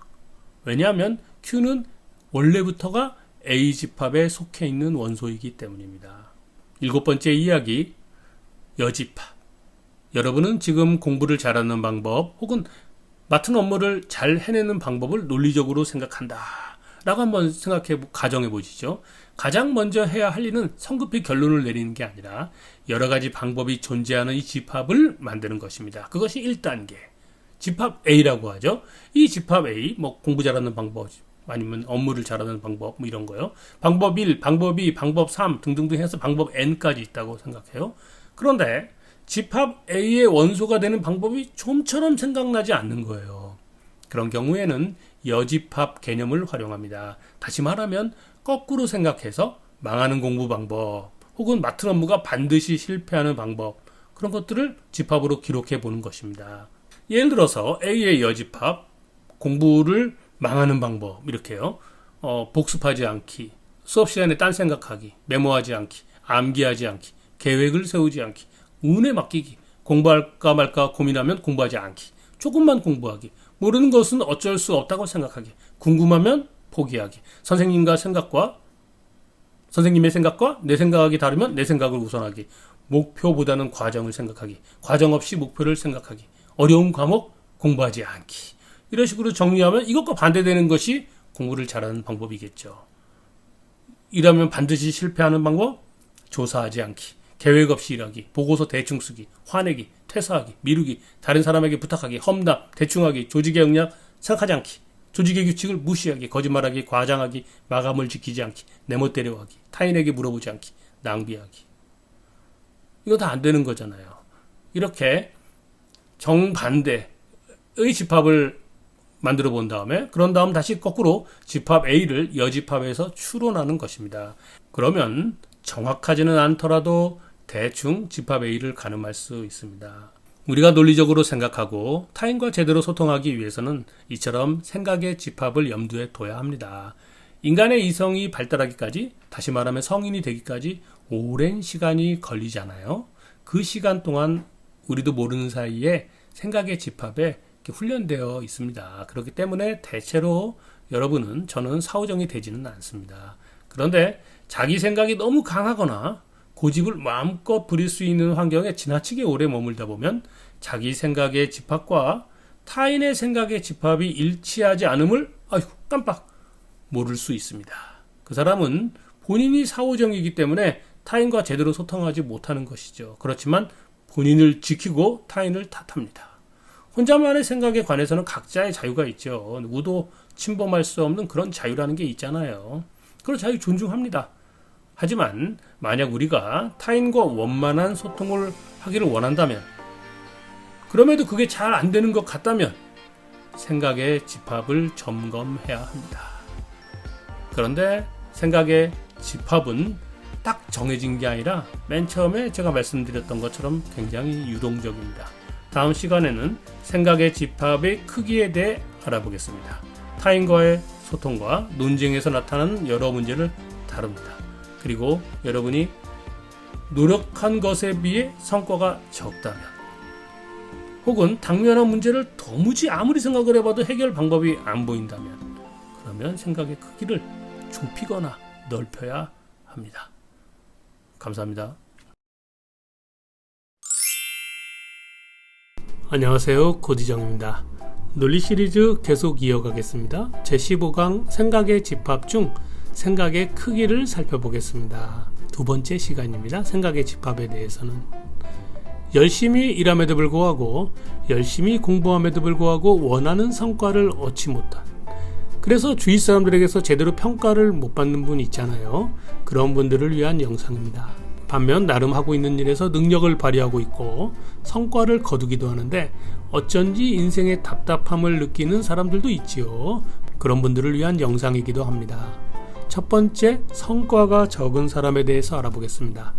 아까 말한 것처럼 열심히 일하는데 성과가 적은 사람들, 열심히 공부하는데 성적이 좋지 않은 사람들, 노력을 함에도 저평가를 받는 사람들, 이런 사람들의 공통 특징은 생각의 집합이 쓸데없이 크다는 데 있습니다. 머리에 꽃이 펴있는 그들은 말합니다. 변명하는 것이죠. 일을 더 잘하고 싶다고요? 크게, 두루, 철저하게 생각한다고요? 너무 진지해서 이분들이 더 큰 문제입니다. 생각의 집합이 필요 이상으로 크면 여러 가지 문제가 생기거든요. 먼저 문제를 살펴보죠. 첫째, 시간을 함부로 낭비하십니다. 비본질적인 것을, 중요하지도 않은 것을 이해하려고 애쓰느라 시간을 낭비하는 겁니다. 낭비에 대한 보상 심리 탓에 쓸데없이 고집이 생기기도 하고요. 비본질적인 것을, 중요하지 않은 것을 당면한 업무에 적용하느라 시간을 더 낭비합니다. 둘째, 결과가 좋지 못합니다. 시간을 많이 쓰는 만큼 성과가 좋냐 하면 그렇지 않다는 얘기거든요. 당면한 문제는 저마다 알맞은 해결책이 있습니다. 그런 해결책, 솔루션은 많지도 않습니다. 그런데 이런 사람들은 중요하지 않은 솔루션과 중요한 솔루션이 동등하게 여겨지기 때문에 자기가 탐구한 비본질적인 해결책이 본질적인 해결책과 경쟁하기 때문에, 다시 말하면 주장해야 될 핵심만 얘기하면 되는데 쓸데없는 얘기들을 많이 해가지고 반론, 반감을 일으키기 때문에 시도는 하나 자꾸 실패하게 됩니다. 셋째, 주위 사람들에게서 신용을 잃습니다. 이런 일이 반복되면 그 사람에 대한 주위 사람들의 평판이 낮아지겠지요. 처음에는 저 친구 성실해, 이것저것 관심도 많아, 그래서 머리가 좋은 사람처럼 비춰졌다가 옆에서 오랫동안 지켜보니 와, 정말 열심히 아주 성실히 생활하는데 너무 비생산적이야, 게다가 결과도 보잘것없는 사람, 완전 허당이네, 라는 낙인을 찍히게 됩니다. 넷째, 조직사회에서 소외될 수 있습니다. 이것은 당연한 귀결입니다. 여러분들 다 알다시피 조직이란 톱니바퀴 돌아가듯 서로 관계 맺고 성과를 내야 하잖아요. 그런데 그 사람 때문에 덜컹거리거나 막혀버리기 때문에 조직 내 다른 사람들이 짜증을 냅니다. 타인의 성과, 타인의 기회, 타인의 목표를 방해하는 사람이 되고 마는 것이죠. 본인은 잘하고 싶었습니다. 그것이 본심입니다. 그럼에도 불구하고 조직의 피해를 초래하는 당사자가 바로 그 사람입니다. 이런 사람들은 시급히 생각의 집합을 줄여야 합니다. 생각의 크기를 줄이는 훈련을 해야 한다는 것입니다. 예를 들어 당면한 문제를 해결할 수 있는 솔루션이 다음과 같이 이렇게 분포되어 있다고 가정해 보지요. 전체를 다 이해하고 그것을 활용하려면 생각의 집합 A 두루 살펴봐야 합니다. 오른쪽, 왼쪽 다 봐야 되는 것이죠. 그런데 인생사, 세상사, 참과 거짓이, 진실과 오류가 섞여 있기 때문에 설령 모든 솔루션을 속속들이 다 알았고 그걸 모두 활용했다고 해서 항상 성공하는 것은 아닙니다. 이런 개념에서, 이런 이제 솔루션 분포를 이용해서 손오공이 저팔계를 설득하려고 합니다. 무엇을 설득하려고 하는지 그 내용은 중요하지 않습니다. 그런데 우측에 X가 있잖아요. 손오공이 저거 중요한 솔루션이다 라고 생각할 수도 있습니다. 그걸 이해하고 설득하려고 애쓸 수도 있어요. X. 그런데 저팔계가 전혀 몰랐을 수도 있습니다. 저팔계가 솔루션 Y를 알고 있지만 그 Y를 싫어할 수도 있습니다. 그러므로 이런 경우 손오공은 X와 Y까지 탐구하는 것은 실제 무용한 일입니다. 따라서 손오공은 생각의 집합 B로 생각의 크기를 줄여야 합니다. 만약 저팔계를 설득할 때 X가 중요하다 라고 하면 그건 더 좋은 일이죠. 그 X를 향해 생각의 집합을 줄이고 나머지는 최소한의 신경만 쓰면 될 일입니다.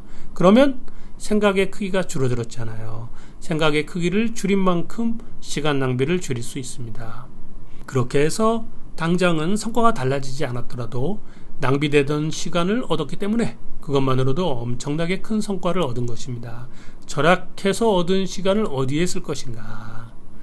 인생을 즐기는 데 쓰는 것이 좋겠죠.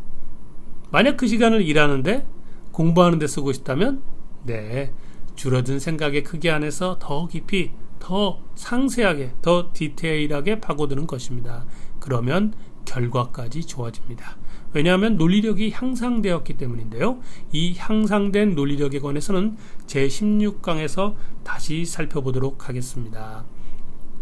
똑같은 일을 하는데 사오정은 일주일이 걸렸고 손오공은 두어 시간이 걸렸습니다. 시간 차이가 너무 많이 나잖아요. 그런데 손오공의 결과가 사오정의 결과보다 훨씬 좋았습니다. 만약 이런 일이 빈번하게 발생한다면 무엇 때문이겠습니까? 그 까닭은 손오공과 사오정의 머릿속 논리력 차이 때문입니다. 오늘 토픽으로 말하자면 사오정의 머릿속 생각의 집합이 쓸데없이 크기 때문입니다. 두 번째 이야기 해보겠습니다. 자, 첫째, 나름 하고 있는 일에서 능력을 발휘하고 있고 성과를 거두기는 하는데 어쩐지 인생에서 답답함을 느끼는 경우가 있습니다. 여러분도 그런 경우 여러 번 체험하지 않았나요? 또 이런 경우 있습니다. 둘째, 당면한 어떤 문제가 있는데 이 문제를 해결해야 되는데 기존 지식으로는, 내가 알고 있는 지식으로는, 우리가 알고 있는 지식으로는 그 문제를 해결하는 방법을 찾기 어려운 거예요. 이런 두 가지 경우 우리에게 필요한 것은 생각의 집합을 키우는 것입니다. 결코 볼 수 없었던 감춰진 솔루션이 그때 비로소 포착될 수 있습니다. 생각의 집합이 작은데 거기에서 솔루션을 막 찾으려고 하니까 시간만 낭비하는 것입니다. 이처럼 생각의 크기를 키우는 것만으로 시간을 벌 수 있습니다.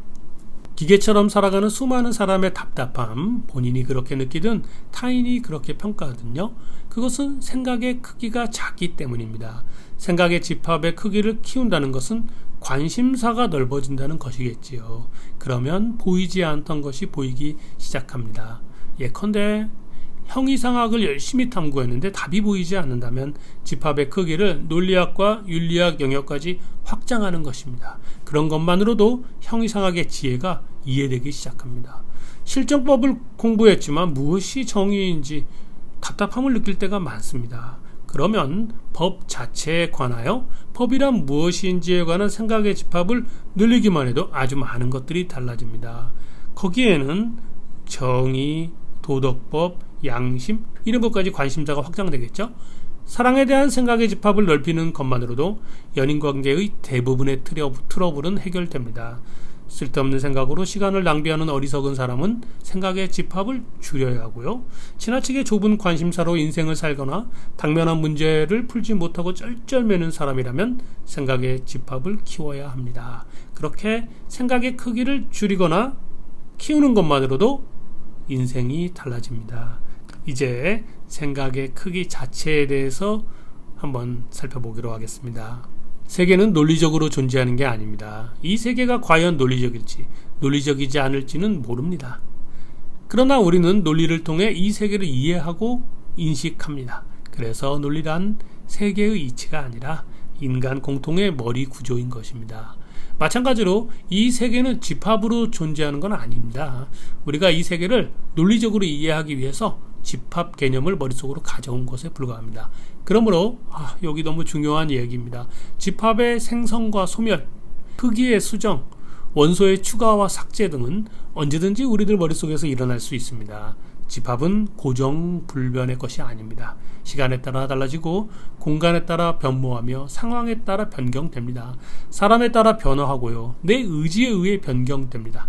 그 시간에서, 그 공간에서, 그 상황에서, 그 인간관계에서 요청되는 집합은 동일할 수도 있고 달라질 수도 있습니다. 그만큼 유동적인 것이 집합 개념입니다. 왜 여러분? 사람의 생각은 잘 바뀌지 않잖아요. 바뀌더라도 너무 느리잖아요. 익숙한 경험을 반복하고 비슷한 생각을 하는 사람끼리 관계를 맺기 때문입니다. 우리들 머릿속 구조의 토대를 이루는 대전제들이 안정을 추구하면서 가치관으로 자리 잡고 있기 때문이고, 그런 대전제들이 심리적인 편향도 만들어내면서 계속 우세력을 행사하기 때문입니다.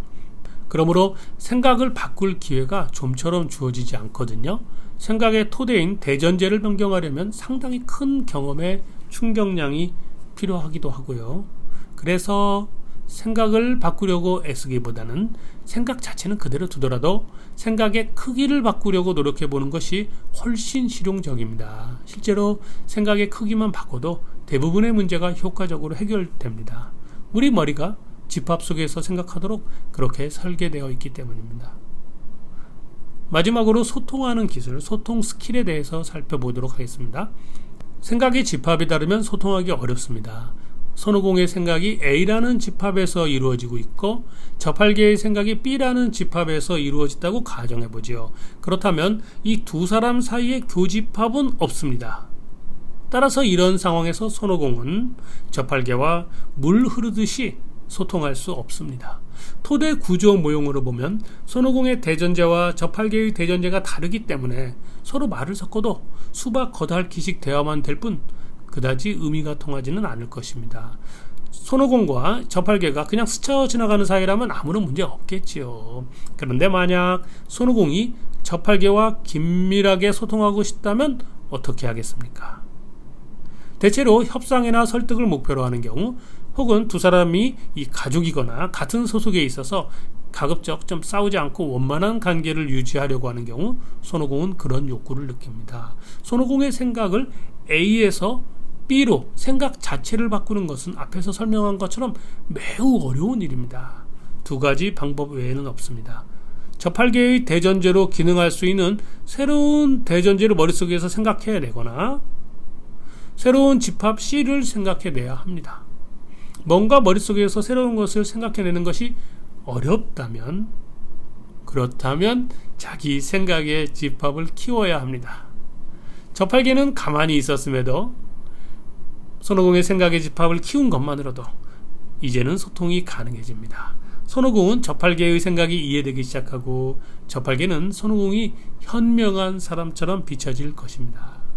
만약 여러분이 열심히 노력하고 있는데도 성과가 적다면, 혹시 본인이 사소한 그다지 중요하지 않은 것을 붙들고 시간을 낭비하고 있는 것은 아닌지 점검하십시오. 그렇다면 생각의 크기를 줄여야 합니다. 만약 인생의 답답함을 느끼신다면, 만약 여러분이 당면한 골치 아픈 문제를 해결해야 되는데 해결책이 보이지 않으신다면 생각의 크기를 넓혀보십시오. 생각을 바꾸는 것은 어렵습니다. 그러나 머릿속 생각의 크기는 바꿀 수 있습니다. 다음 시간에는 생각의 집합을 좀 더 역동적으로 살펴보겠습니다. 무엇이 좋은 토론이고 무엇이 나쁜 토론인지 밝혀질 것 같습니다. 감사합니다. 안녕하세요. 코디정입니다. 오랜만에 영상 올립니다. 2024년 여름, 너무 덥습니다. 저는 잠시 여름휴가 다녀왔습니다. 여러분은 어떤 휴가를 보내셨나요? 이번 휴가 동안에 저는 여러분과 마찬가지로 더위 먹었습니다. 주로 실내에 있었습니다. 열심히 논리책을 집필하면서 이번 여름을 보낸 것 같습니다. 유튜브 논리 시리즈 영상을 기초로 집필한 생각의 기술이라는 제목의 책입니다. 대략 이런 표지 디자인이 후보인데요. 이것으로 정해질지는 아직 잘 모르겠습니다. 아마도 9월에는 출간되지 않을까 기대하고 있습니다. 가을에는 꼭 출간되겠죠. 450쪽 분량의 다소 두꺼운, 다시 말씀드리면 아주 풍부한 그런 논리책이 될 것 같습니다. 집필은 끝냈습니다. 그런데 공장에 들어가기 전에 이런저런 일들이 남았거든요. 교정이라든지 디자인이라든지 출판 지원 사업에 응모도 해봤어요. 결과를 좀 기다리고 있습니다. 가장 큰 지원은 아무래도 구독자 여러분들의 관심, 응원, 도움입니다.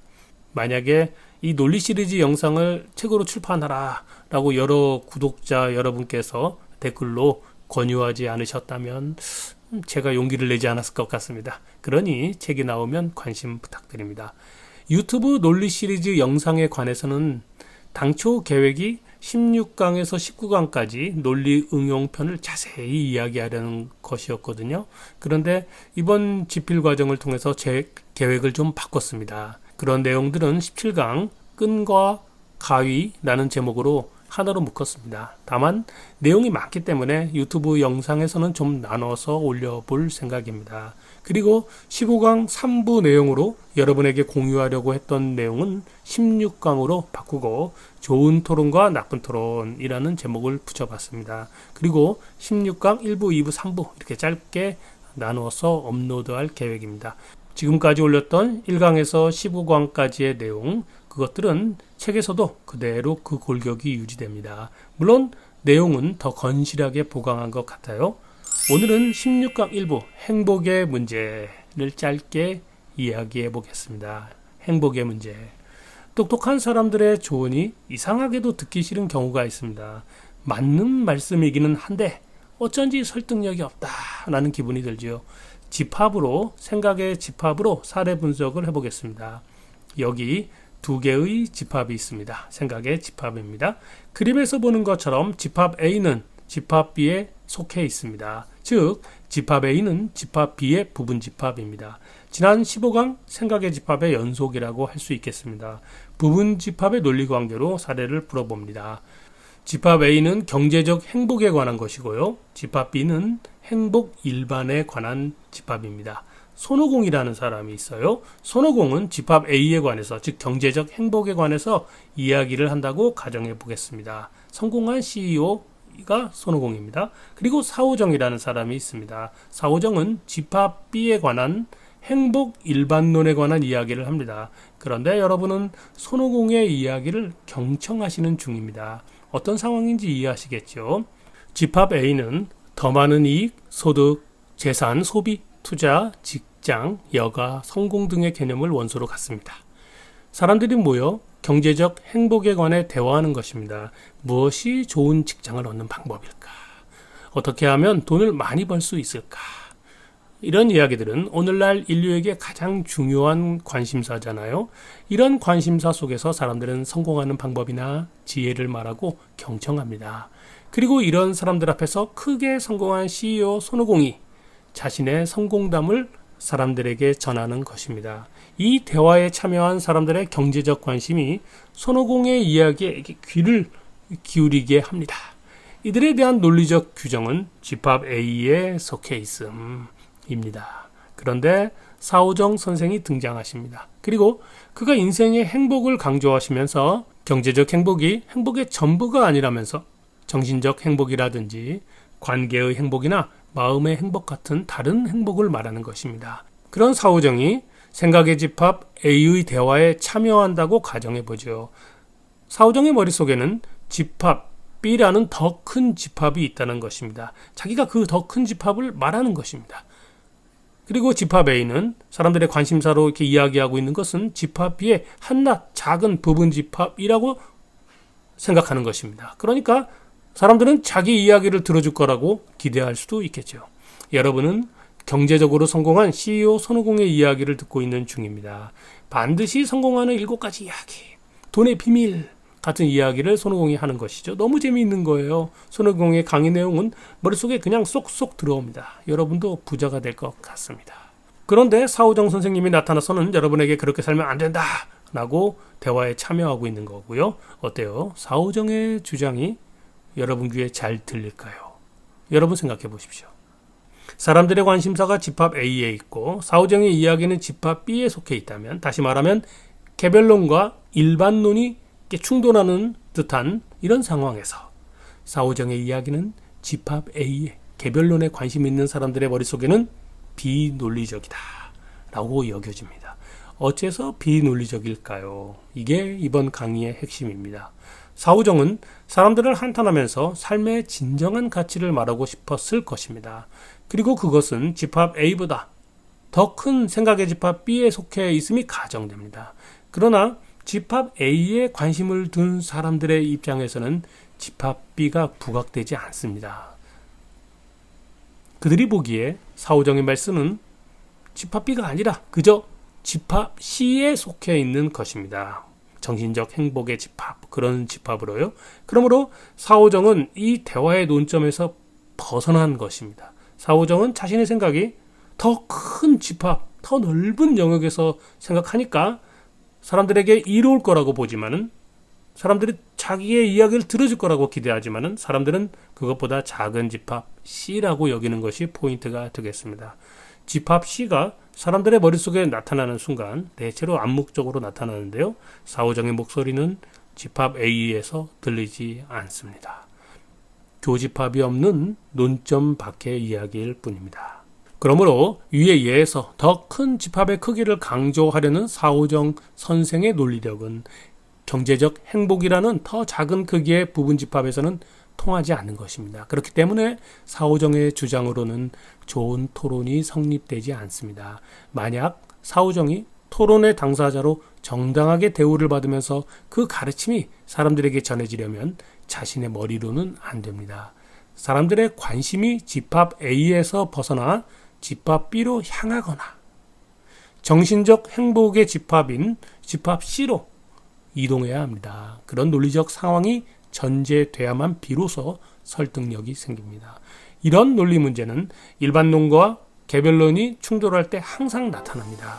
개별론이 부분집합에 관하고 일반론이 전체집합에 관하며 부분집합은 전체집합에 포함됨을 알고 있다 하더라도 개별론 입장을 택한 사람들의 머릿속에서는 일반론에 입각한 의견, 충고, 비판을 전체 집합이 아닌 그저 별개의 집합 C로 여긴다는 것. 그래서 올바르고 멋진 생각들이 토론의 대상이 되지 못한 채 비논리적인 모습으로 정처 없이 떠돌게 되는 것입니다. 무슨 말씀인지 이해되시죠? 다음 시간에는 다양한 의견이 충돌하는 상황에서 우리가 어떻게 토론하는 것이 좋은지 살펴보도록 하겠습니다. 감사합니다. 더위 조심하십시오. 안녕하세요. 코디정입니다. 논리 시리즈 16번째 강의 두 번째 이야기 시작하겠습니다. 다양한 의견 충돌에 대해서 먼저 이야기해 볼까 합니다. 사람은 타인의 견해를 수용하기도 하고 또 배척하거나 배제하기도 합니다. 자기에게 맞는 달콤한 거부감이 없는 타인의 견해는 수용하겠지요. 그런데 나한테 맞지 않은 쓴 거부감 있는 견해는 수용되지 않고 배제됩니다. 타인의 견해 자체가 본래 나한테 맞거나 달콤하거나 거부감이 없거나 있거나 그런 실체를 갖는 건 아닙니다. 타인의 견해를 수용할 것이냐 말 것이냐에 대한 구별, 그런 구별은 우리들 머릿속에 편하게 자리 잡고 있는 생각의 토대, 즉 대전제에서 결정됩니다. 그리고 그 대전제가 생각의 집합 형성에 영향을 미치지요. 인간의 머릿속에는 집합이 있습니다. 만약 그 집합에 속한다면 맞는 것이고 또 달콤한 견해이며 거부감이 없는 것입니다. 만약 타인의 견해가 그 집합에 속하지 않는다면 나한테는 맞지 않는 것이고 내겐 쓰며 거부감이 생깁니다. 머릿속의 집합은 생각의 집합이며 생각의 운동장이고 그 생각은 생각의 집합 안에서 진술될 것입니다. 언어로 표현될 것입니다. 생각은 언어로 표현됩니다. 서로 다른 생각의 집합을 갖는 두 사람이 대화하고 토론한다고 가정해보죠. 같은 말을 사용하기 때문에 언어는 통하잖아요. 그럼에도 불구하고 우리는 의미가 통하지 않는 상황에 아주 자주 직면합니다. 생각의 집합이 다르기 때문이기도 하지만 더 근본적으로는 그런 생각의 집합을 결정하는 대전제가 다르기 때문이죠. 이와 관련해서는 대전제가 다르다면 타인을 설득하려고 애쓰는 것이 그다지 소용없는 일이다 라는 사실을 13강에서 충분히 다뤄봤습니다. 자, 예를 들어 보겠습니다. 손오공과 저팔계 두 사람이 대화를 합니다. 이주 노동자 정책에 관련된 이야기인데요. 먼저 손오공이 말합니다. 글로벌 시대에서는 더 이상 국적은 중요하지 않다고 생각해. 민족과 인종은 구시대의 유물이 아닐까? 시대의 변화에 맞게 더 개방적이고 적극적인 이민 정책이 바람직하다고 생각한단 말이지. 우리나라 산업 구조 자체가 이제는 이주 노동자의 유입을 필요로 하는 구조로 바뀌었어. 그래서 미국처럼 다양한 얼굴과 피부색을 한 그런 한국인이 많아지겠지. 같은 주제로 저팔계는 말합니다. 완전 다른 이야기입니다. 우리나라는 한민족이라는 정체 속에서 시작했으니까 이민자들이 건국한 미국과는 달라요. 문화가 다른 외국인이 많아지면 사회 통합도 어려워지고 외국인들이 일자리 때문에 우리나라에 들어오면 그만큼 한국인의 일자리를 잃는 거잖아요. 사회가 불안해지는 것을 예방하기 위해서라도 나는 외국인 이민에 반대합니다. 우리나라 치안이 매우 좋다는 장점이 무너지지 않았으면 좋겠단 말이에요. 이민 정책에 대한 이런 대화에서 두 사람은 상대방의 주장을 이해할 수는 있습니다. 그러나 공감하기는 어렵습니다. 이론적으로는 토론을 통해 합의점을 찾을 수 있겠지만 실제로는 자기 논리를 발굴하고 어필하는데 급급한 나머지 말싸움을 반복하지요. 왜냐하면 각자 자신의 생각의 집합 안에서만 생각하기 때문이고 자기의 생각 집합 바깥에 있는 근거들이 자기 주장과는 잘 연결되지 않기 때문입니다. 논리적으로 의견 일치는 불가능해 보입니다. 이런 상황에서 자기 견해로 타인을 설득하려는 것을 목표로 삼는 것은 좋은 토론을 만들어낼 수 없습니다. 서로 평행선을 달리면서 말싸움하다가 말 뿐이겠죠. 그렇다면 토론을 하지 말아야 되는가? 또 그건 아닙니다. 토론을 하는 게 좋죠. 대화해야죠. 두 사람 사이에서 좋은 토론을 만드는 방법은 따로 있습니다.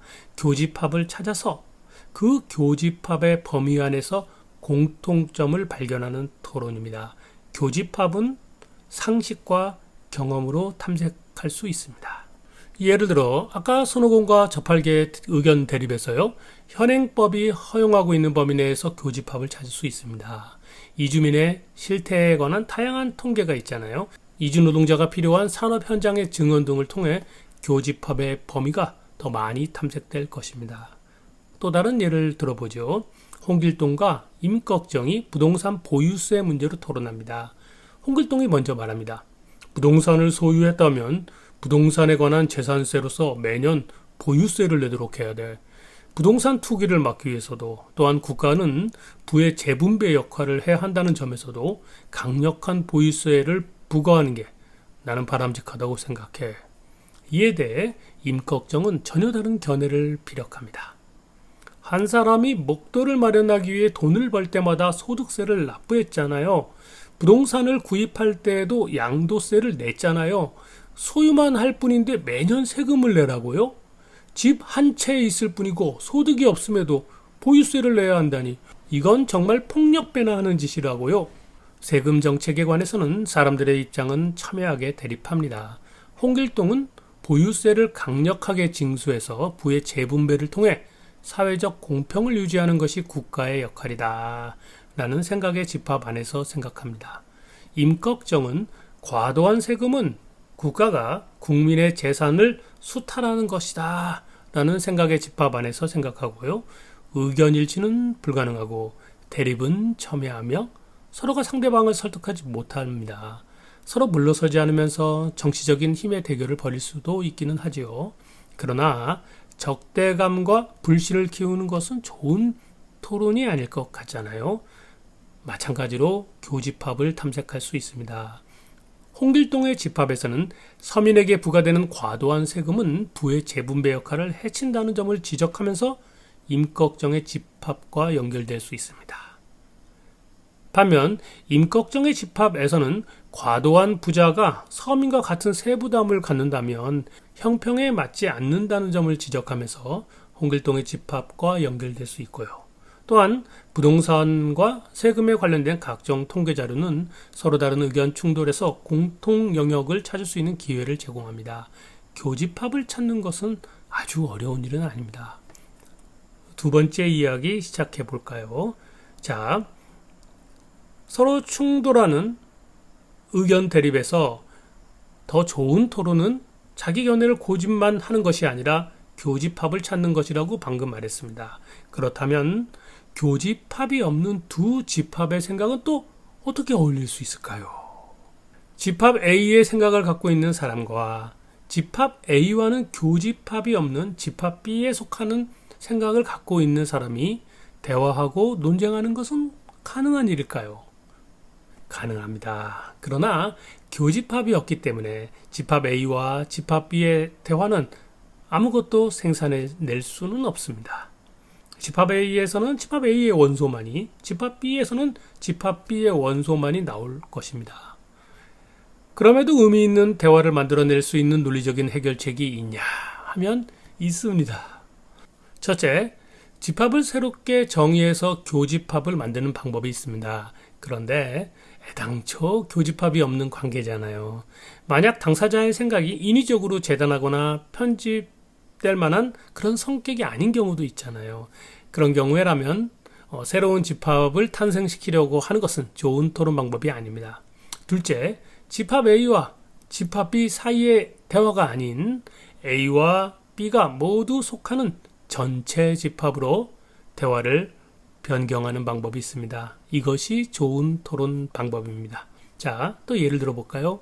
손오공과 저팔계가 있습니다.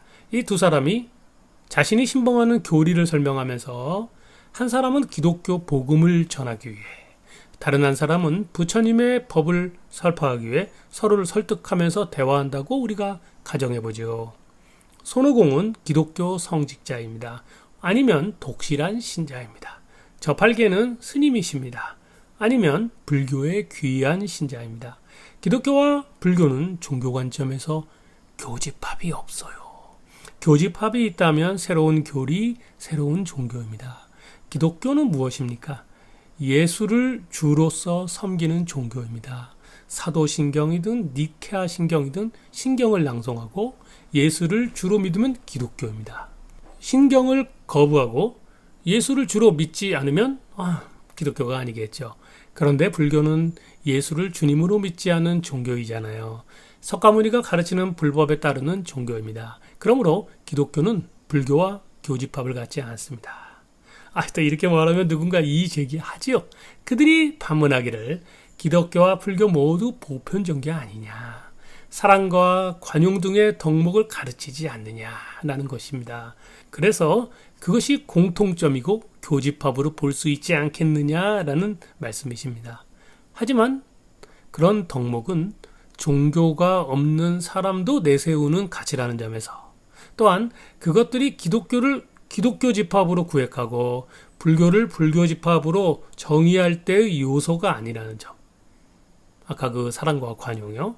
그래서 채택하기 어려운 반론이다라고 생각합니다. 그럼에도 우리는 종교 간 대화를 할 수 있잖아요. 실제로도 하고 있잖아요. 그게 어렵지도 않잖아요. 서로 존중하고 함께 가치 있는 일을 벌일 수 있습니다. 기독교를 믿는 손오공과 불교를 신봉하는 저팔계는 언제든지 교제하며 함께 할 수 있습니다. 이것을 논리적으로 가능하게 하는 것이 무엇일까요? 바로 전체 집합입니다. 손오공과 저팔계는 본인들이 믿는 종교에도 불구하고 인류에 속한 자로서 대화하고 함께 할 수 있기 때문입니다. 사랑과 관용 같은 덕목은 두 종교의 교집합이 아니라 두 종교가 속해 있는 도덕법, 인류의 혹은 보편 종교 등 전체 집합의 요소들입니다. 다시 말하면 손오공은 기독교라는 생각의 집합으로 불교도인 저팔계와 대화하는 게 아닙니다. 만약 그렇다면 앞에서 말한 것처럼 교집합이 없기 때문에 아무것도 생산해낼 수 없고요. 서로의 건널 수 없는 차이만을 확인할 수 있을 뿐입니다. 마찬가지로 저팔계는 불교의 교리로 기독교를 믿는 손오공을 설득할 수는 없습니다. 그 두 사람은, 우리들은 그저 인류의 한 사람으로서 대화하는 것입니다. 명시적으로 혹은 묵시적으로 전체 집합 안에서 대화하면 종교의 차이는 그다지 부각되지 않습니다. 만약 전체 집합을 생각해내지 못한다면 종교의 차이는 두드러지게 나타나겠지요. 옛날에는 종교의 차이에서 비롯된 참혹한 전쟁과 사륙이 많았잖아요. 지금도 지구촌 어디에선가는 더 큰 집합을 생각해내지 못합니다. 시야가 좁은 사람들은 도처에 있습니다. 정리해 보겠습니다. 토론 참여자들이 생각의 집합 안에서 교집합을 탐색한다면 좋은 토론이 가능합니다. 교집합이 없을 수도 있겠죠. 그렇다면 서로 충돌하는 두 생각의 집합을 모두 포함하는 더 큰 생각의 운동장, 즉 전체 집합을 떠올려 보는 것입니다. 그러면 우리는 전체 집합 안에서 평화롭게 좋은 토론을 할 수 있습니다. 이처럼 오늘은 좋은 토론에 대해서 살펴봤습니다. 다음 시간에는 나쁜 토론, 이런 토론 우리가 하고 있구나. 나쁜 토론이 무엇이고 어떻게 하면 안 된다, 이런 내용을 다뤄보도록 하겠습니다. 감사합니다.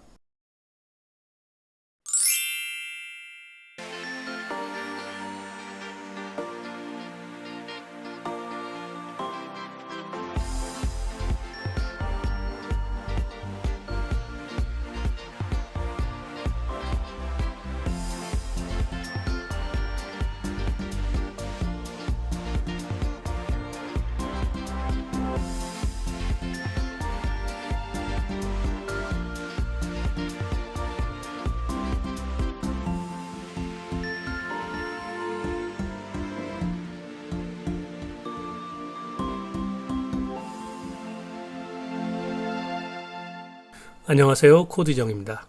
논리 시리즈 16강에서 세 번째 시간입니다.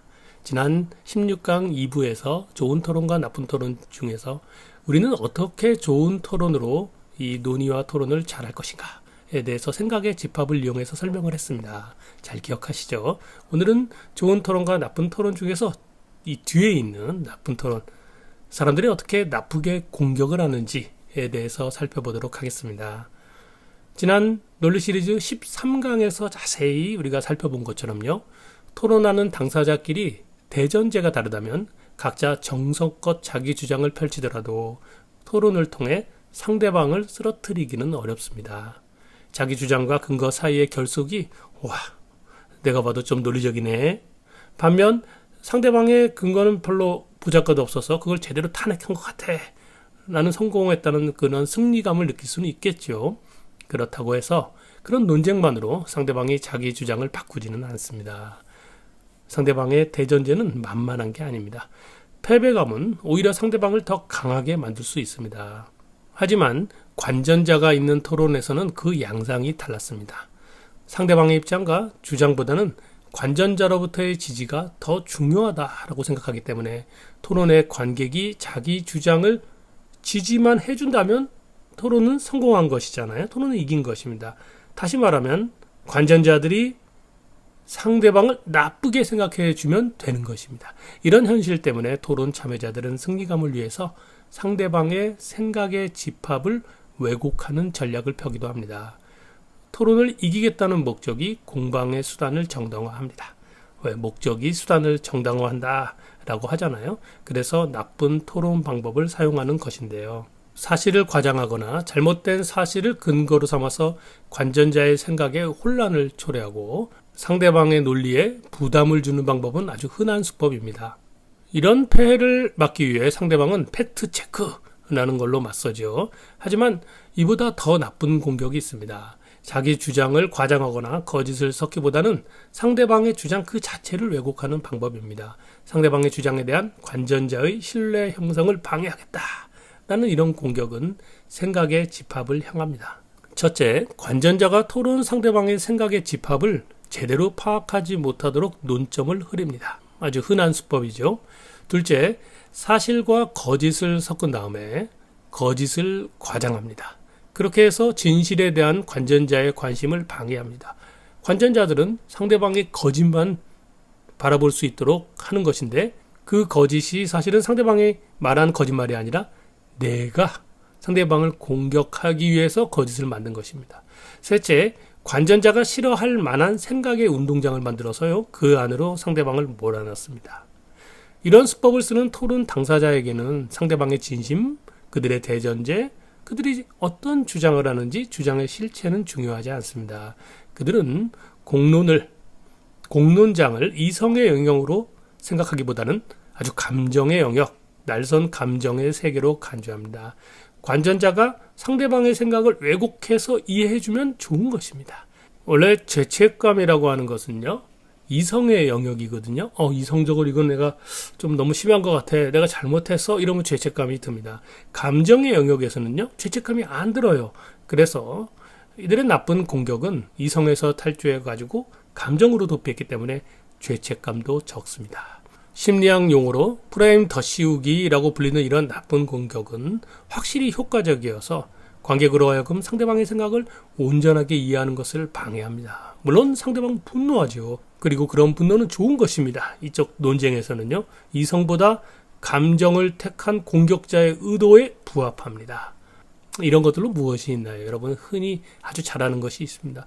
예를 들어 기독교 사회에서 사회의 건전함을 회복하기 위해 사회 비판을 했다고 가정하죠. 그러면 저 이단이야, 마녀야 라고 프레임을 더 씌우는 것입니다.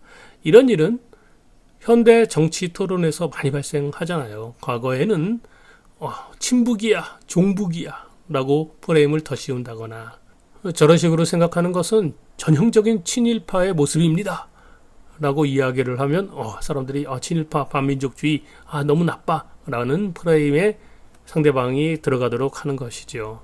이런 나쁜 공격이 가능한 까닭은 인간 머릿속의 생각의 집합이 생각보다 견고하지 않기 때문입니다. 그러나 나쁜 공격을 방치하면 안 되잖아요. 건전한 토론 문화 실종되잖아요. 공론장 붕괴됩니다. 지금 우리가 그런 사회를 겪고 있는지도 모릅니다. 토론할 때마다 서로가 서로를 더 불신하게 되고 이들 토론을 지켜보던 관전자 중에서 더 재능 있는 사람, 아주 도덕적인 사람, 책임감 있는 사람 있을 수 있잖아요. 그런 분들이 나라를 위해서 일을 하는 게 좋겠죠. 하지만 그런 사람들이 이런 악의에 찬 사회를 외면할 가능성이 커지기 때문에 나쁜 공격의 폐해는 실로 아주 크다 하겠습니다. 우리 사회를 마치 1 더하기 1은 0.9가 되는 순리에 어긋난 사회로 타락시키고 맙니다. 원래 토론하는 사람이 1, 그 상대방 토론자가 1, 관전자가 1 이러면 좋은 토론이라고 한다면요. 1 더하기 1은 3 이러면 베스트 하겠죠. 하지만 지나치게 감정적인 토론, 나쁜 공격을 일삼기 때문에 토론 당사자들끼리 서로 하나가 되지는 못하지 않습니까? 그리고 관전자들 학을 떼고 나 몰라라 할 가능성 크고요. 토론의 당사자는 자신들의 목적에서 자유롭지 못하기 때문에 이런 문제를 극복하는 게 쉽지 않을 것 같습니다. 다시 말하면 좋은 토론 문화는 당사자에게 달려있지 않은 것 같습니다. 관객이, 관전자가 이것을 알아채는 것이 중요합니다. 그러므로 한 사회의 토론 문화의 성숙도를 가늠하는 시금석은 관전자의 관찰력입니다. 모든 토론은 언어로 표현되잖아요. 그렇기 때문에 결국 관전자의 문해력이 토론 문화를 결정한다고 저는 생각합니다. 토론의 당사자들이 나쁜 공격을 했을 때 말이죠. 관전자가 나쁜 공격을 보고 저거 나쁘네 라고 나쁘게 인식하고 반응한다면 토론의 당사자들은 나쁜 수단을 함부로 사용하지 못할 것입니다. 그런데 그런 역할을 해야 할 관전자들이 선동에 의해 당사자로 변질되는 일, 아주 비일비재하니 정말로 쓸쓸한 일입니다. 간단하게 요약하면요. 나쁜 토론은 자기 주장을 과장하고 상대방의 주장을 근거 없이 탄핵하는 것만 있지는 않습니다. 관전자들의 머릿속을 왜곡시키려는 공격, 그것이 나쁘다라는 이야기입니다. 이상으로 제16강 좋은 토론과 나쁜 토론 마치도록 하겠습니다. 논리 시리즈 1강부터 16강까지 열심히 봄부터 달려왔습니다. 이제 17강이 남아 있습니다. 17강은 우리 머릿속에서 다양한 근거와 주장의 관계가 있잖아요. 어느 쪽을 더 강화하고 어떤 쪽을 버릴 것인가에 대해서 이야기하도록 하겠습니다. 감사합니다.